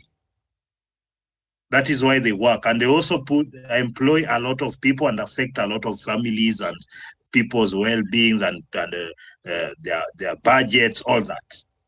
Either they're in everybody the same way. If you run your kiosk, that is the same thing it does to you. It is absorbed. It gives you everything. You have to put in this work and whatnot. It's the same thing, just on scale and applications. Sure. Now, what led to this? Where did we get here? Kibe talked about policies and the reason as to why things are going, people are complaining that guys are not doing business like they used to and all this. And I talked about policies and I was explaining that bad policies, whenever you overtax people, definitely, was asking you, yes. Yeah, definitely. The power, the purchasing power will go down. People won't be buying. People will avoid buying. Like I saw the other day, this Kimani Chungwa Saka talking about how they are going to incorporate, I don't know what in the M-Pesa thing, that it's going to be taxed. What will that lead to? People will start using, cash. If they use cash, that says that Safaricom, whatever, profits will come down. These are among the things. There's that ripple effect that goes down and spirals down to bad policies. And now yeah, dude, you need to kind of like, because you keep on going and then you spread out and spread, and you don't stop making sense. Now, this is the thing. If you're going to talk about how basically everybody, because what we are arguing here is how do people make a living, right? Because the thing is this: people make a living in very many ways. What we are trying to do is what we are trying to follow is what has worked best for the majority. The thing is this: if you look at a policy like, okay, they're going to do this, then they'll overtax here, then it will squeeze people here and whatnot. You know what happens? The policies are there. There are very many good policies. It's always in the execution. Policy, the problem is that every time you speak about we need new policies, the thing is you're entrenching the government more and more into the decision-making process, and you shouldn't be. This is about taking, for example, if they decide to tax M-Pesa and then majority of businesses stop using M-Pesa for their businesses, what the ripple effect is that Safaricom will feel the pinch. The customer will find a way. It's always that way. When Safaricom feels the pinch, they go to the government and tell them, no, this one can't work. And the government follows where the money is and they'll pull back as a process. All right? Then that ebb and flow is what allows things to build. So that as a customer, if you find something is not suitable to you, you do not start complaining about it. You just move to the next best option. That's just because you can't force the hand of a big company or the government to do what you individually want. What you do is that through your actions, their hand is forced. And that's how always things have worked. And coming to that, Albert, there's something that was discussed earlier about Rwanda and why it's working in Rwanda, and it's working. That one I can support Kibe, It's that it's working in working. some parts. So, It's working in hold, some parts. Please stop using what's his name? What's his name? Your president Kagame's flashy let me pictures ask you. to Let me. make What is the population of Rwanda? I don't know. It's around 5 million, I guess. There are not so many, and it's the same Yes. population that we have in Nairobi. But things are not working in Nairobi, my friend. So when I talk about policies, hold on. I'm saying yes, but the thing is this: you are assuming everything is working in Rwanda. You don't know how things are in the rural areas or some parts of Kigali itself. But based there on are places that are very nice. Based on the statistics that we've had, what you can tell. Based on what the statistics, you could look at their growth statistics. Do you know their statistics do you know their statistics about how many ants there are in the world? What statistics are you talking about? Hold up, Albo on Nels. You guys are just going. There's too much back and forth, and I let Ishangwe. I wanted to remind Kenya Daima about the documents he promised us. In case you're listening, yes. Kenya, there are some documents you promised us, and you stopped being a speaker immediately. You didn't find the documents. It's because you see, I was being called, I'm speaking out of ignorance, whatnot. He couldn't actually, because everything he was claiming, there's counterclaims that he didn't address. Because he keeps saying about they're making a profit. And Albo, the thing about these arguments are so simple. Because you don't even have to know anything. You just have to go counter the argument to see if they have the evidence for it. Yeah. So you end up looking like a dick, like you're supporting Adani or something, but it's just you are looking for details. You can't just make decisions without proper information, because the people are just brushing over things and they're trying to use the political emotions that are riding to try and make that decision, and I don't think it's right.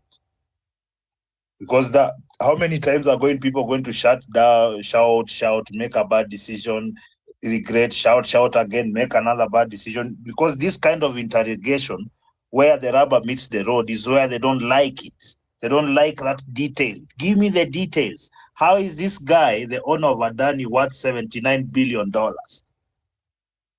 How did he manage to do that? How is he then able to have all these companies? Like he's worth over $200 billion. How was he able to arrive at this? These are details that we can all jump over. Or they are corrupt, as opposed to who is not. You see, Elon Musk is one of the biggest contractors of the US government. But they love him, right? So, do you think he's not smiling? He's not paying Trump's bills right now because you think he just loves Trump? No, he's also making a conscious investment in the future of his business. Right?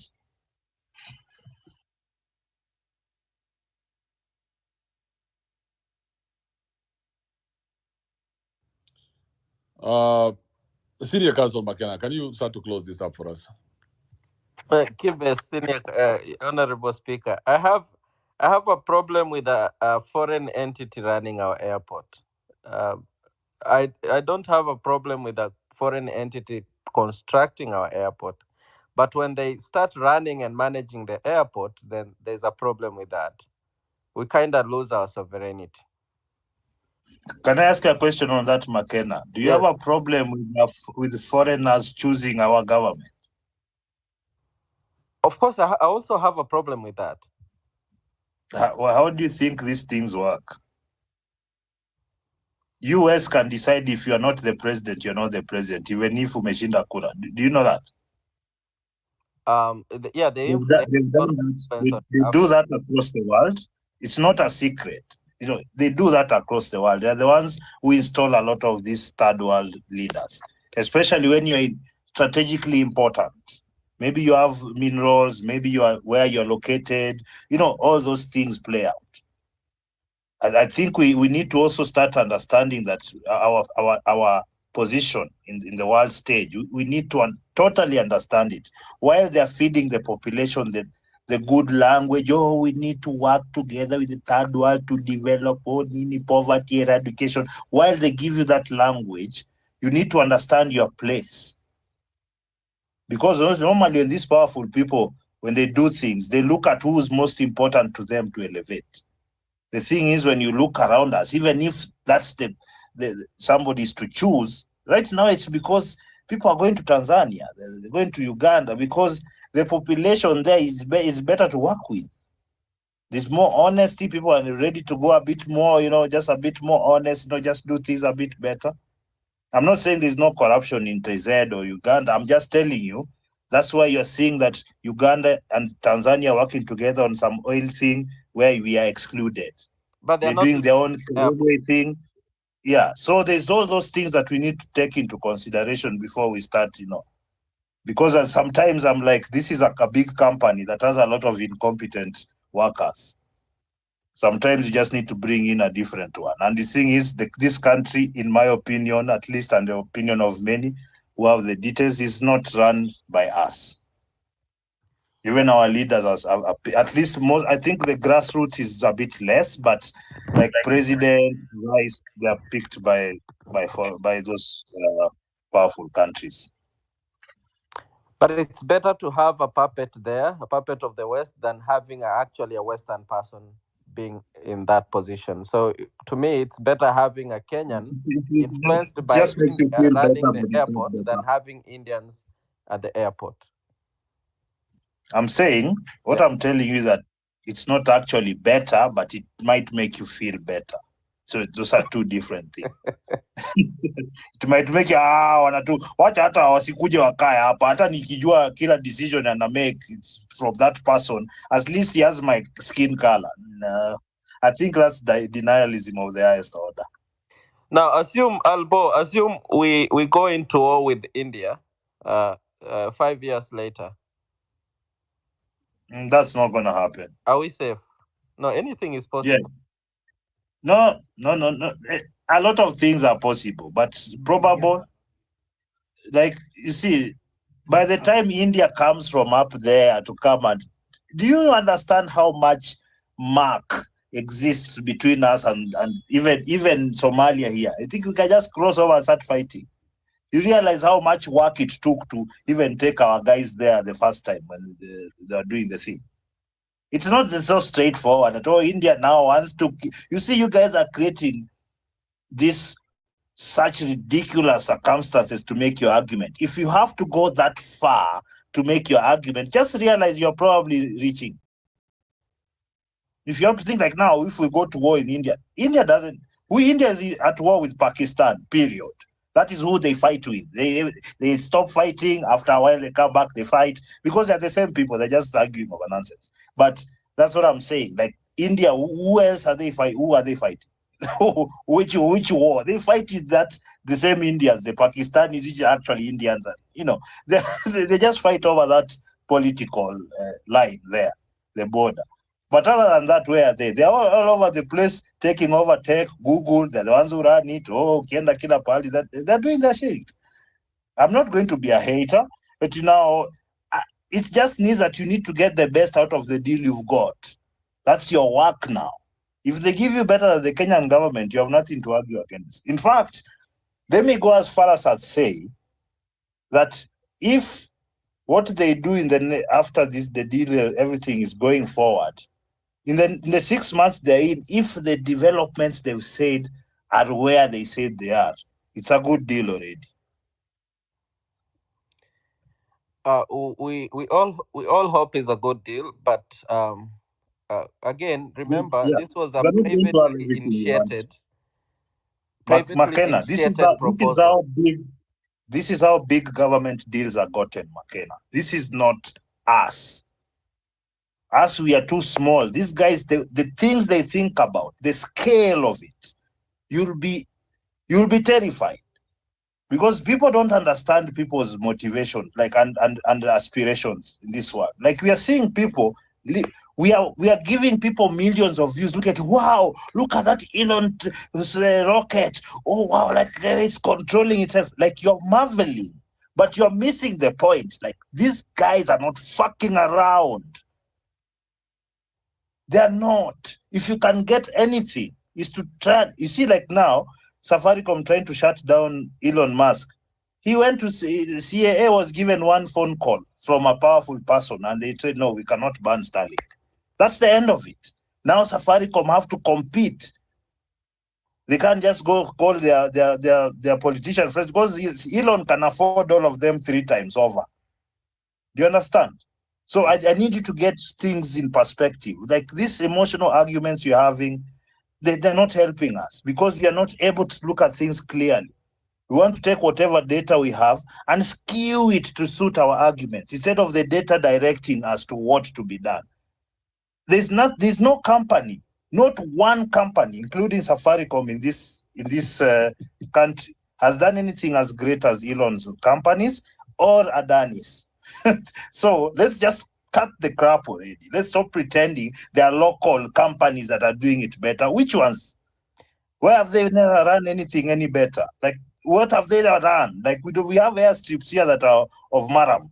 Like, what are you telling us? Come Our on now. is very incompetent, and they're not good negotiators. We have seen it happen. It's happened before. Yes, The our SDR deal, you can see we have not Yes. gained anything out of it. No, we don't. That's true. That's true. That is absolutely true. Yes, so And it's because our people are like shiny things. They like shiny things. Akionyesha kitu shiny hivi ashajipa. Shika hii 1 billion kwa mpole. Anapiga 1 billion times, hiyo ni 120 billion. Nimeiva. You see, they're not that special, these people. They would think like us, some of us. So we can only wait to see what comes out of it. But I think in the next 5 years we'll be here again complaining how Adani has how the deal is not benefiting the people. Just Let me like tell you, if Adani are here to make a profit, the product will be very good.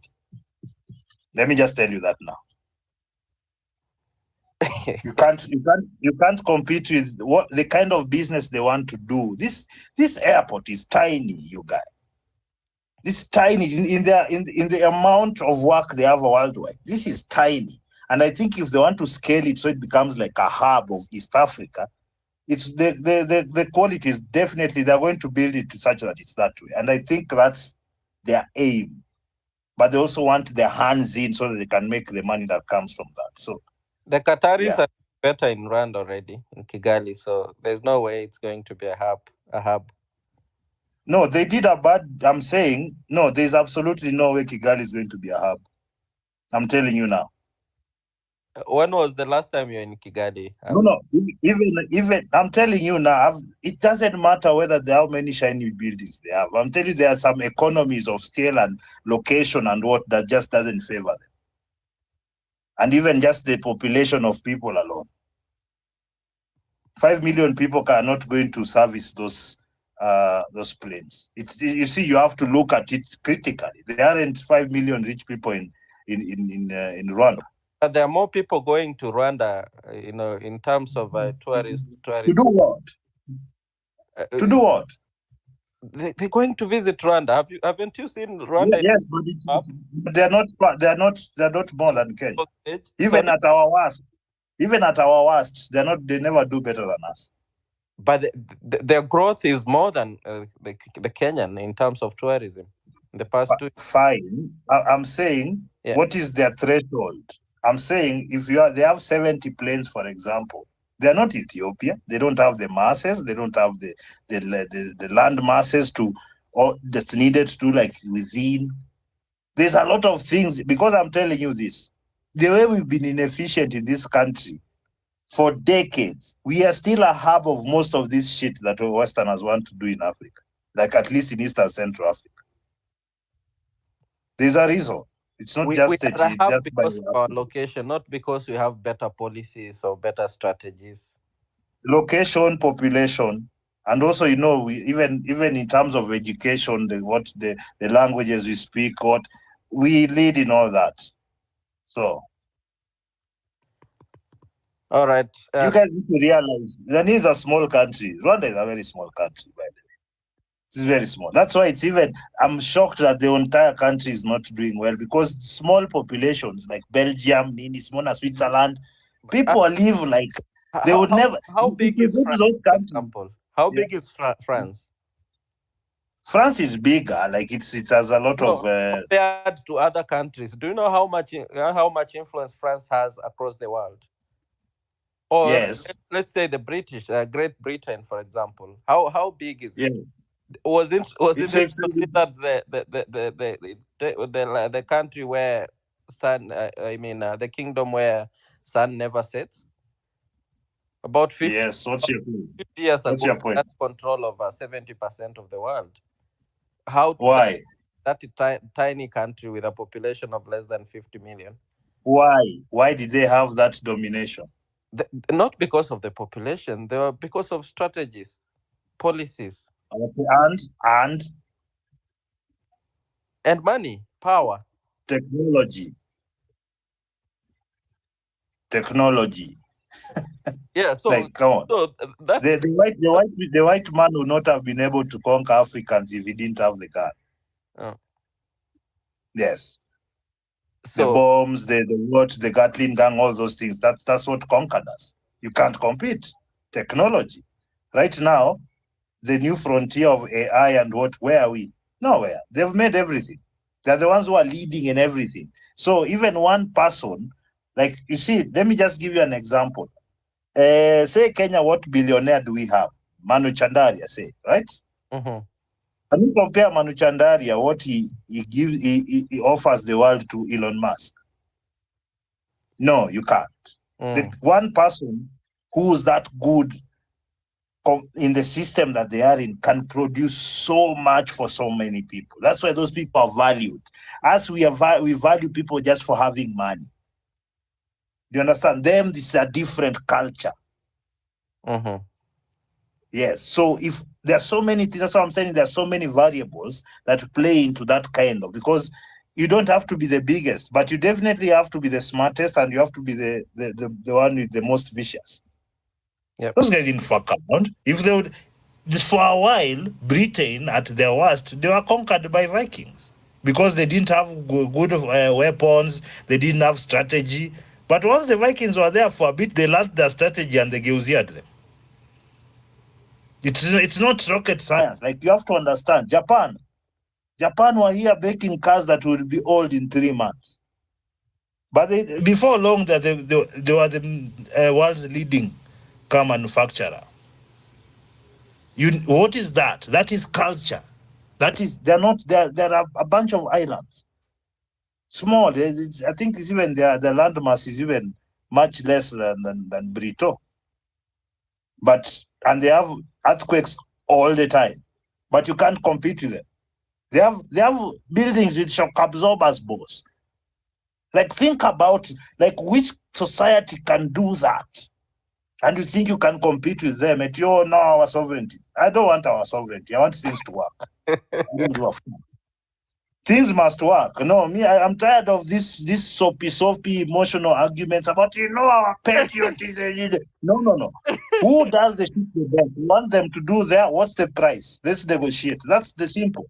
We are doing badly negotiations and all the corrupt. We do bad corrupt deals, not like other people. Other people do their corrupt deals, kila mtu anachukua pesa yake, mtu akaja anaingia kwa ground anamaliza.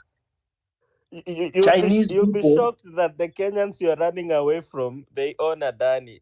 So they're coming in form of Adani, but it's William Ruto and Sudi. No, Adani has a track record.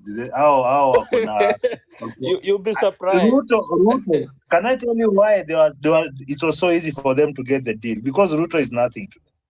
In wealth, in power, it is nothing. That's why it was so easy.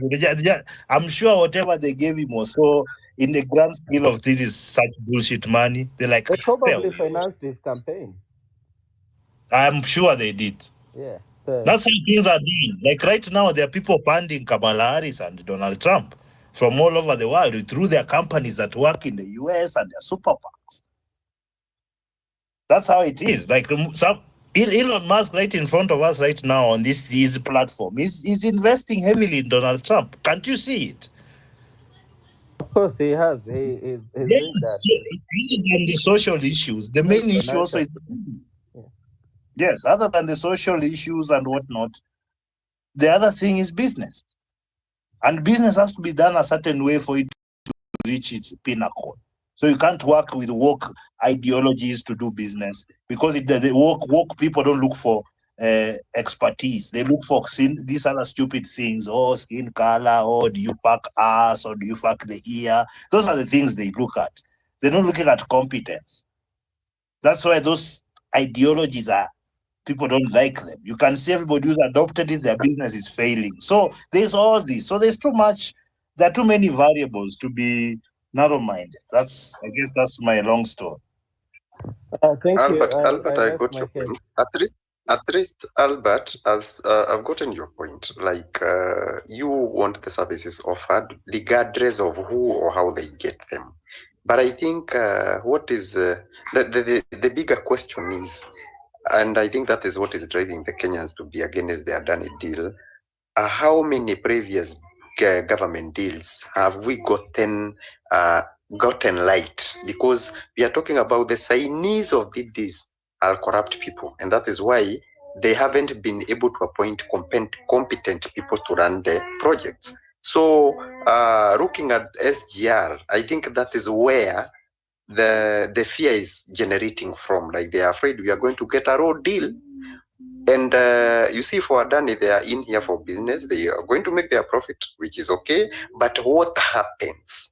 At what cost? What are we going to lose? Yes, we might end up with a SGR, which is okay and it's good and things are running. But at what cost? You see, those are among the issues. Once bitten, twice shy. No, for me, as far as I'm concerned, SGR, it was bad as far as the product we got for the money. We should have had electric trains, and that money was enough to take the railway in Paka Kisumu.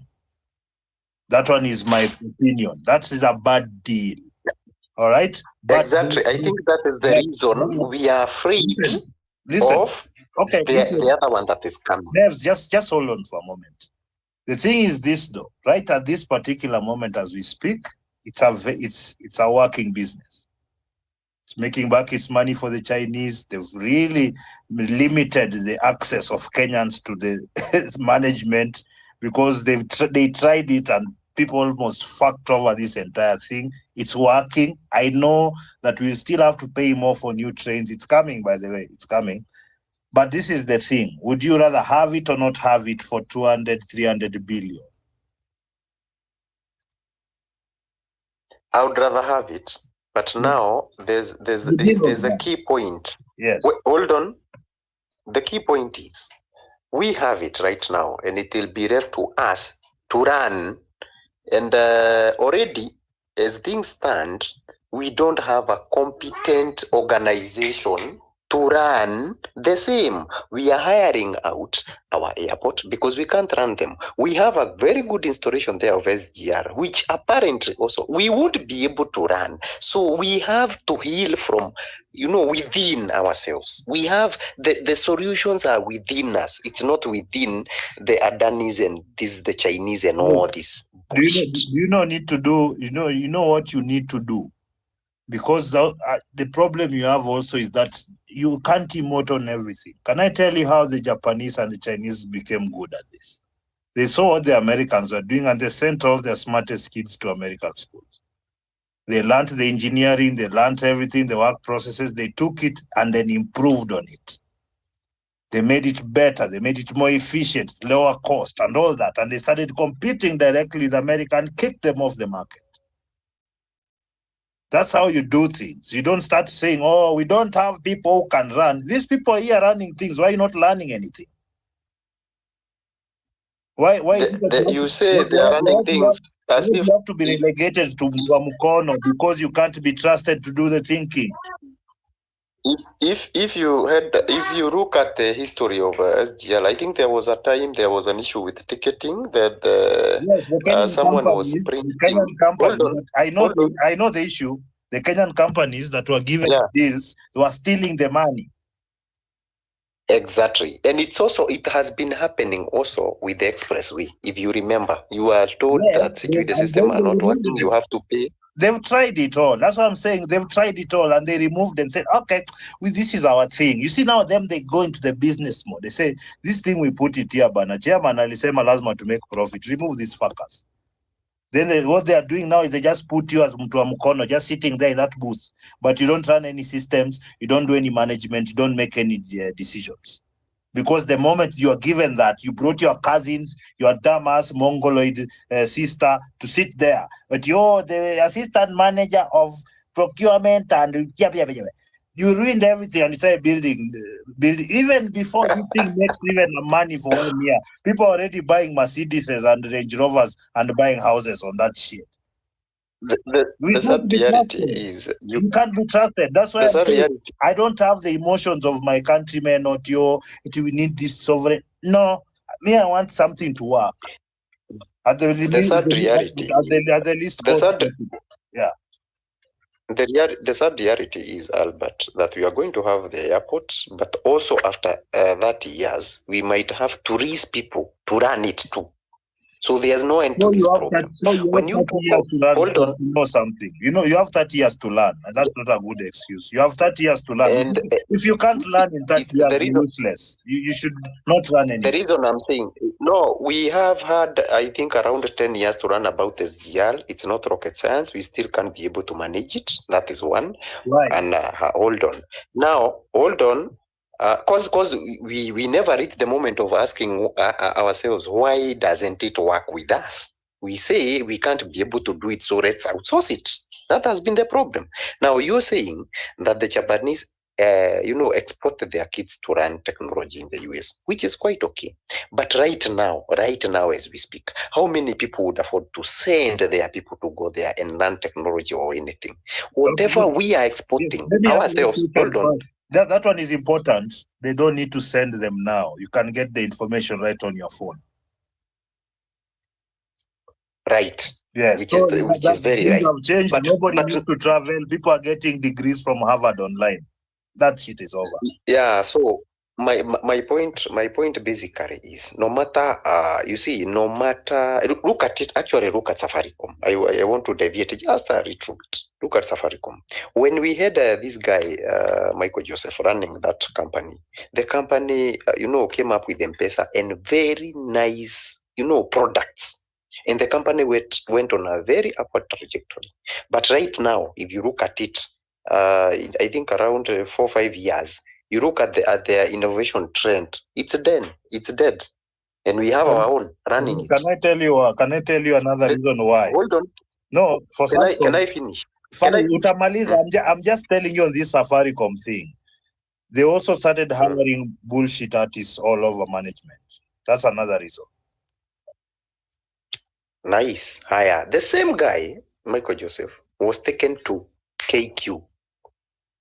But nothing came out of KQ. The same person who was at the telco, the one who propelled it to those, international level, because Safaricom is like almost international now, went to a different entity and he never did shit. Why? Because of the interference. Yes. Right now, if you have me, I told you, I said a while ago, there's a time I was working at KQ, not the real KQ, but I was working for Kenya, JKIA, some stuff there. So you'd get to run that guys would come in cahoots, go in cahoots with the certain, the management, and they would delay flights. So such that the flights will have to be scheduled for tomorrow. And now the hotels that are inside the airport would get grants. These are among the things that are messing up KQ. It's not like KQ can't make profit, but how things are run, that is where the problem lies. It's not like we couldn't have afforded to even build that airport to better levels. But now the way things are run, and that is why I questioned you. I asked you a very stupid question. It's very stupid. Do we also give our political management also to foreigners? Because foreigners seems to be doing better in our own land than we can do. It's not just foreigners. There are a lot of stupid foreigners in very many stupid places that are also running that shit to the ground. I think what everybody's running from is the fact is where we are versus what needs to be done to do better or grow. All we are trying to do right 100%. now, all we are trying to do right now is score political points. We don't care about the facts on the ground. We don't want to look for the solution. That's why we always running around in circles and asked about details. We don't want the solution. We want to look like we want one. That's the same thing that everybody does. They want to look like they're good people. I care about people, and I'm a nice person. I work hard. That's why everybody says that. But in real life, they're lazy bums who hate working, who are not good people. Generally, they're selfish. We know this. We know, like, imagine the way people live on these streets, where somebody comes on social media and tells people how great he is, how much he is sacrificing for the Kenyan, for the what, for the poor, for the child. Imagine the kind of mind you need to have to say such things. To be such a huge pretender that this is your moniker. Every time you come out, oh, I am the people's defender. I am the watchman. I don't know what the fuck else you brand yourself as. And these are the people we give all the attention, and they don't build jack shit. So as long as our culture is, look at this fuck, oh, this guy, he says nice things. Oh, he looks like me, goes to my same church. As long as that's where we are, we're not going anywhere, because, and that's why I'm saying I don't give a fuck about who runs things. I just want a better person to do it. I don't care about this fake sovereignty you guys are talking about, like you're sovereign. Nothing. I want things to run because I have one life and I need access to the best things that I can get now. So I don't care about your feelings and your protests and your nini. So, All these things you Albert, caused we are yourself, by the way, all these things. So I'm not interested. All I care about is we are in quality of service. we are in agreement that as much as Adani are coming over and these other companies that are going to come and build all this, those high-tech stuff, we also need to start asking ourselves how or why or how are we going to move from here, because Adanis are not going to be here forever. And that is the reason I was talking about the woke. I don't want to use that word of woke mentality, but the question of how do we move from here? What are we going to do after Adani leave? You see, because if we don't start asking ourselves that question now, we'll be in a circus until Jesus comes. Don't do anything. You're not qualified. Let Adani do their job. You do whatever thing you're doing on the ground. If you are a guy of madondo, unauza madondo kwa market, fanya hiyo. Kama unauza samosa kwa street, fanya hiyo. Tuache vitu zenye hatujui. That's what people need to do, because you guys don't have enough knowledge and information and experience to demand that you're given reins to make such huge social changes.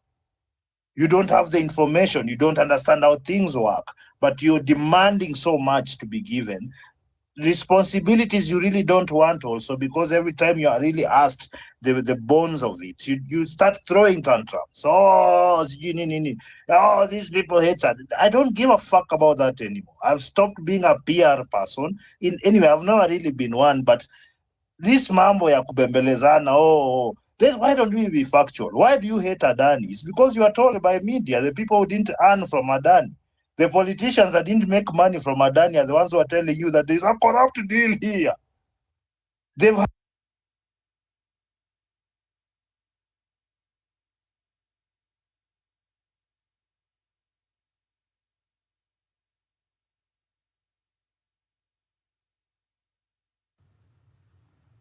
Did I lose your elbow?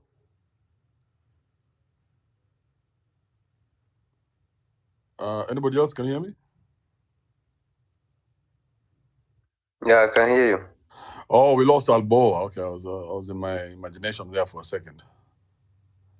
When you're used to being cancelled, any small thing happens, you just panic. You're like, shit, have they cancelled me again? They got me? I must be very extremely careful.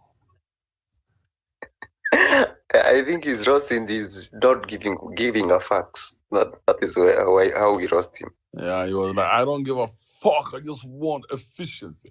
If we were to think the way Albo is thinking, then tribe will never be an issue, because whether it's a Muindi doing it or a Chinese, you don't care as long as you get the service. Shouldn't that be the management part of it, where we get it right? You get the right person to do the job. Because most of the time you give these jobs out of, the connection. But there's no evidence of Kenya ever managing anything from the ground up and then that we say we are successful. The evidence is when we give it to somebody else, it remains successful.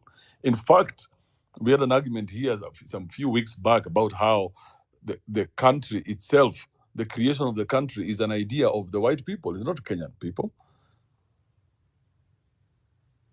So how can you have Kenyan people running something that does not belong to them? That's why something like an airport, we don't know what an airport is. We're being told what an airport is, so we don't know how to run a fucking airport. Where did we get the knowledge from? We don't build planes. We have no knowledge of running an airport. So we don't know what to upgrade it with. We don't know when to upgrade it. We don't know how it will look if we don't have the plans or the balls or the big idea to go get that much money to build an airport. We don't have anything like that. When we are left with it, we see how these things look. So the problem is the delusion that we have allowed ourselves to get into by arguing about nonsense that is none of our business. Because sorry, Adi, I don't know what happened. I was kicked you're off. on fire. I'll just finish your point. I'm trying to close this before 1. Yeah. So no, actually, I think that I was in the last bit. I think everybody should just stick to what they know. At the moment, we don't know how to run shit. If we can just do a casual glance across the country, utapata hakuna kitu tumefanya bana. There are, of course, people who have individual businesses on the ground that have grown and are still growing. But that's what has kept our country going. But hii mambo eti tunaanza kusema, by the way, we need to also be given our own SpaceX, or you have not done it. Like, why is anybody giving you anything? Your leaders go out there, they open their legs, they are shafted, they come back here smiling. We are not qualified. That's the bottom line. Let people who know what they are doing, they do. At this particular moment, history are done. As far as the more I think about it, and the more research I do into this company, I'm like, I would prefer them to run the airport as opposed to the government. So that's a yes from you. Oh yeah. You see, you have to look at it. What has government ever built? Do they do any engineering, any technology, where? Hakuna. Adani, they have mines. Like we don't even have proper mines. People are going down holes. You're right. Adani has mines. No, we are going in Western. There's gold, but people they're digging small holes that sometimes collapse on people. There's no machinery. There's no planning. That's why there's gold there, by the way. But those people will never be rich from it because they don't do it. They don't know what this gold is for. They know gold it is very valuable, but they don't know what for really. If you ask them, how do you transform this noog you've got from the ground? How do you get it to some jeweler in New York City where you can fetch the most money? They can't tell you that process. So why are you leaving that guy to learn? And when we are not willing to learn, sisi hatutaki kulearn. Sisi tunataka hiyo arrogance ya kusema, we are African, our ancestors. Fuck you. Your ancestors, by the way, my last point, our ancestors fucked us. Because of the last 3 generations, they fucked us thoroughly. I've looked at also the Black American community. That group of people are now in their late 50s, 60s, total fuck-ups. They've been so brainwashed that they cannot really think outside it. That's why most of the youths now, and what do you call, the people my age and our kids, for example, I'm using our very loosely, they don't know much because we have both been created from some vermin. People don't know anything, who are just following every edict. Moja akisema, wanageuka, celebrating nonsense all the time. Watu wanaenda, the best people you had were killed and people are celebrating at the time. Well, not all of them, but by and large. So we are not in the position right now to make demands. Kenya is a business that many people have seen. No, this country is a business, and they've come to do business. What you can do is be vigilant. You see, so you can get the best value for your money. These politicians or the politics or these two activists, you people have turned yourself into, you don't know anything. Mimi mpaka munisho kitu mmejenga. Kama hujaijenga kitu unaniambia aje unataka kuongea story ya eti we have to stop the Adani as who? Hata hamna power ya kustop Adani. Adani ishakula deal. There's nothing you're going to do, and I'm telling you now, washakula deal. Pesa imetembea, US iko ndani, India ndani, you are big partners. This thing is too big for you. But of course, you are useful idiots for the political class. So carry on.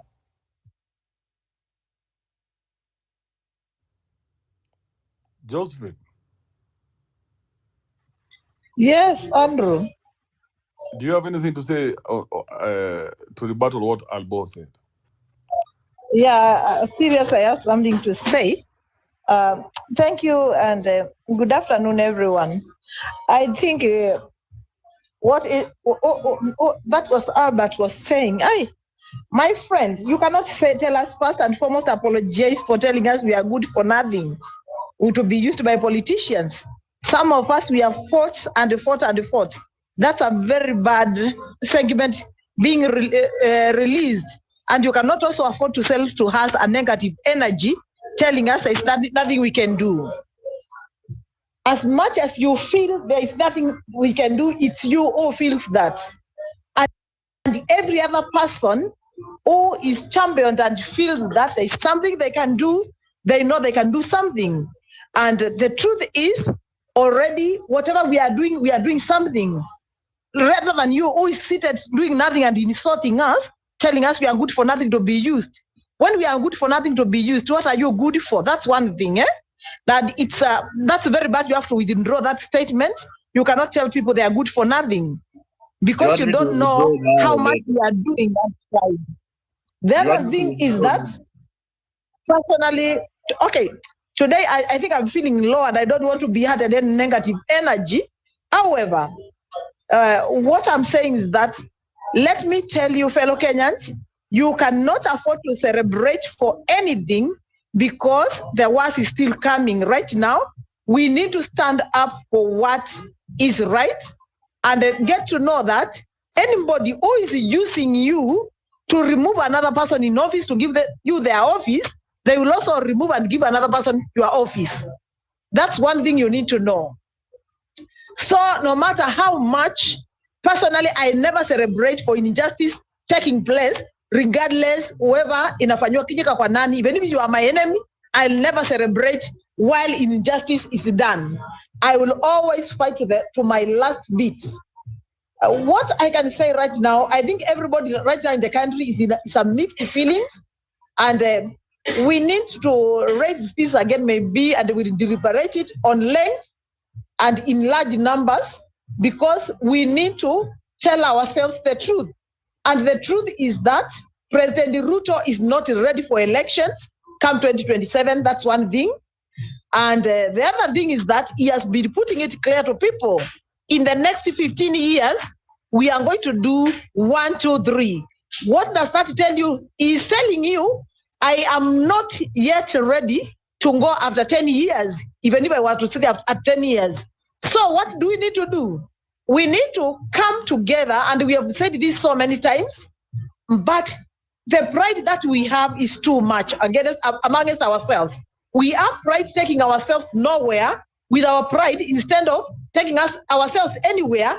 Actually, we are drowning ourselves in a bottomless pit. Fellow Kenyans, can we wake up and know the kind of a person we are dealing with right now, and get to know that if he has managed to buy the entire parliament and the parliament has bent law to him and to his interest, that means any other person who will be raising their mouth, they will be dealt with and they will be terminated, and they will continue, and eventually they will start coming to the small people who are just also having their mouth like me and Emerson, and eventually he will make people remain silent, and we will go back to the dark days. And if you had it in the parliament yesterday, There was a lady who actually said that she would wish that we go back to the days, eras of Moi, where once the president speaks, nobody else can speak, and that's the end of it. Ask yourself, how can somebody crave for dictatorship again, or becoming a slave, to be enslaved, unless you are a caste person? But fellow Kenyans, actually, that's the direction they are taking. When they are throwing this thing, they only want to hear our reaction. But the high time we wake up now and tighten our shoes and fasten and swallow our pride and fasten our belts, and then we get out now to fight a serious war. We are not going to do anything to Ruto. Ruto is going to dictate this country, and he is going to take it to the Museveni direction, and you'll have nothing to do about it.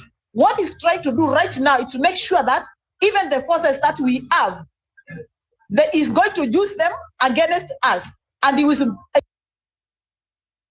be dealing not to him in the force and put a boss on top of that person. Right now, I will not be surprised to hear that being appointed the position of Yudrekidiki. Reason being, he has shown the royalty of deploying the have on the field so that they can deal with us. That means he's only focused on how everyone who tries to shut him down squarely. So you need to wake up, fellow Kenyans. We need to stand and tell ourselves kama ni mbaya, na tujipange, na tuwe tayari kwenda kwa vita kama vita, si mzamzao tunasema sema ati mimi sitaki wanasiasa kina fulani. Just fail. Let's be firm. Yeah. Hapo kwa kama mbaya ni mbaya unamaanisha nini? Ninamaanisha kila mtu ajifunge kidede na ajue ya kwamba kwa kitu ya kwanza afya imeenda, na kama huna mtu amekunyima afya, amekunyima maisha. Kama mtu amekunyima elimu, amekusambaratisha, kwa maana you are not able to gain anything without adequate education and adequate knowledge on how to go about it. So I will take the lead and step on you so that you remain in the same position, so that you don't grow. Anytime you come, I'll give you my money for reciprocate. I buy your citizenship.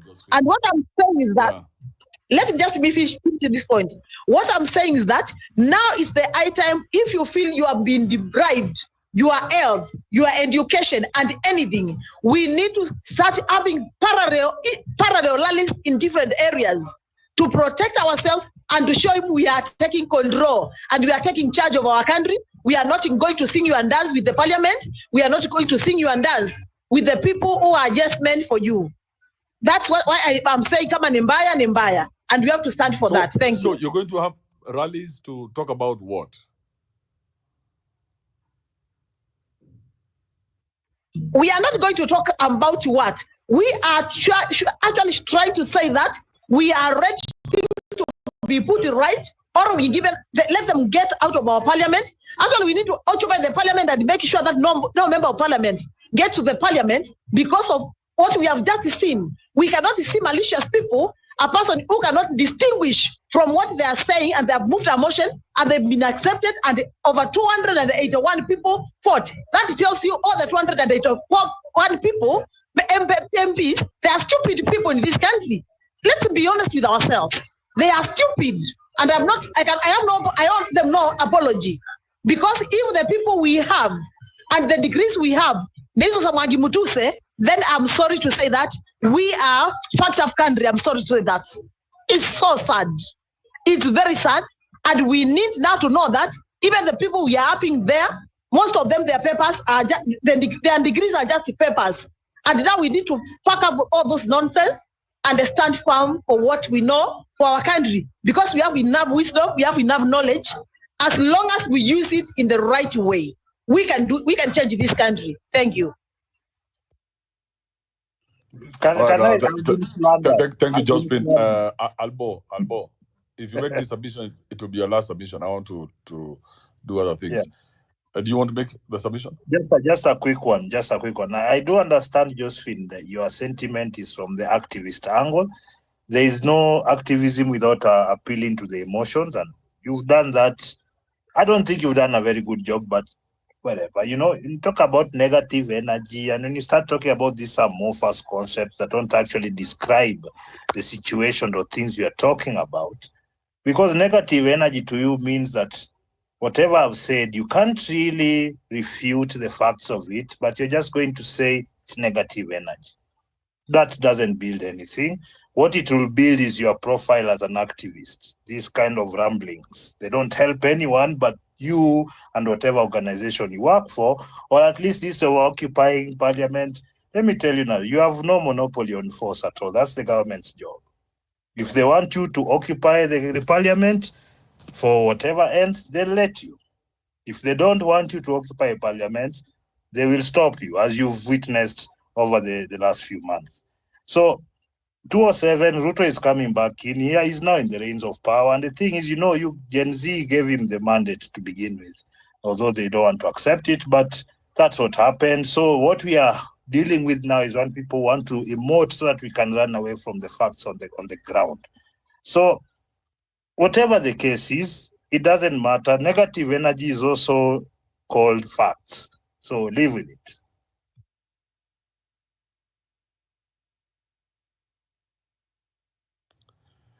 DP, are you there? Amara, do you want to say anything? If not, I think we can close this out, man.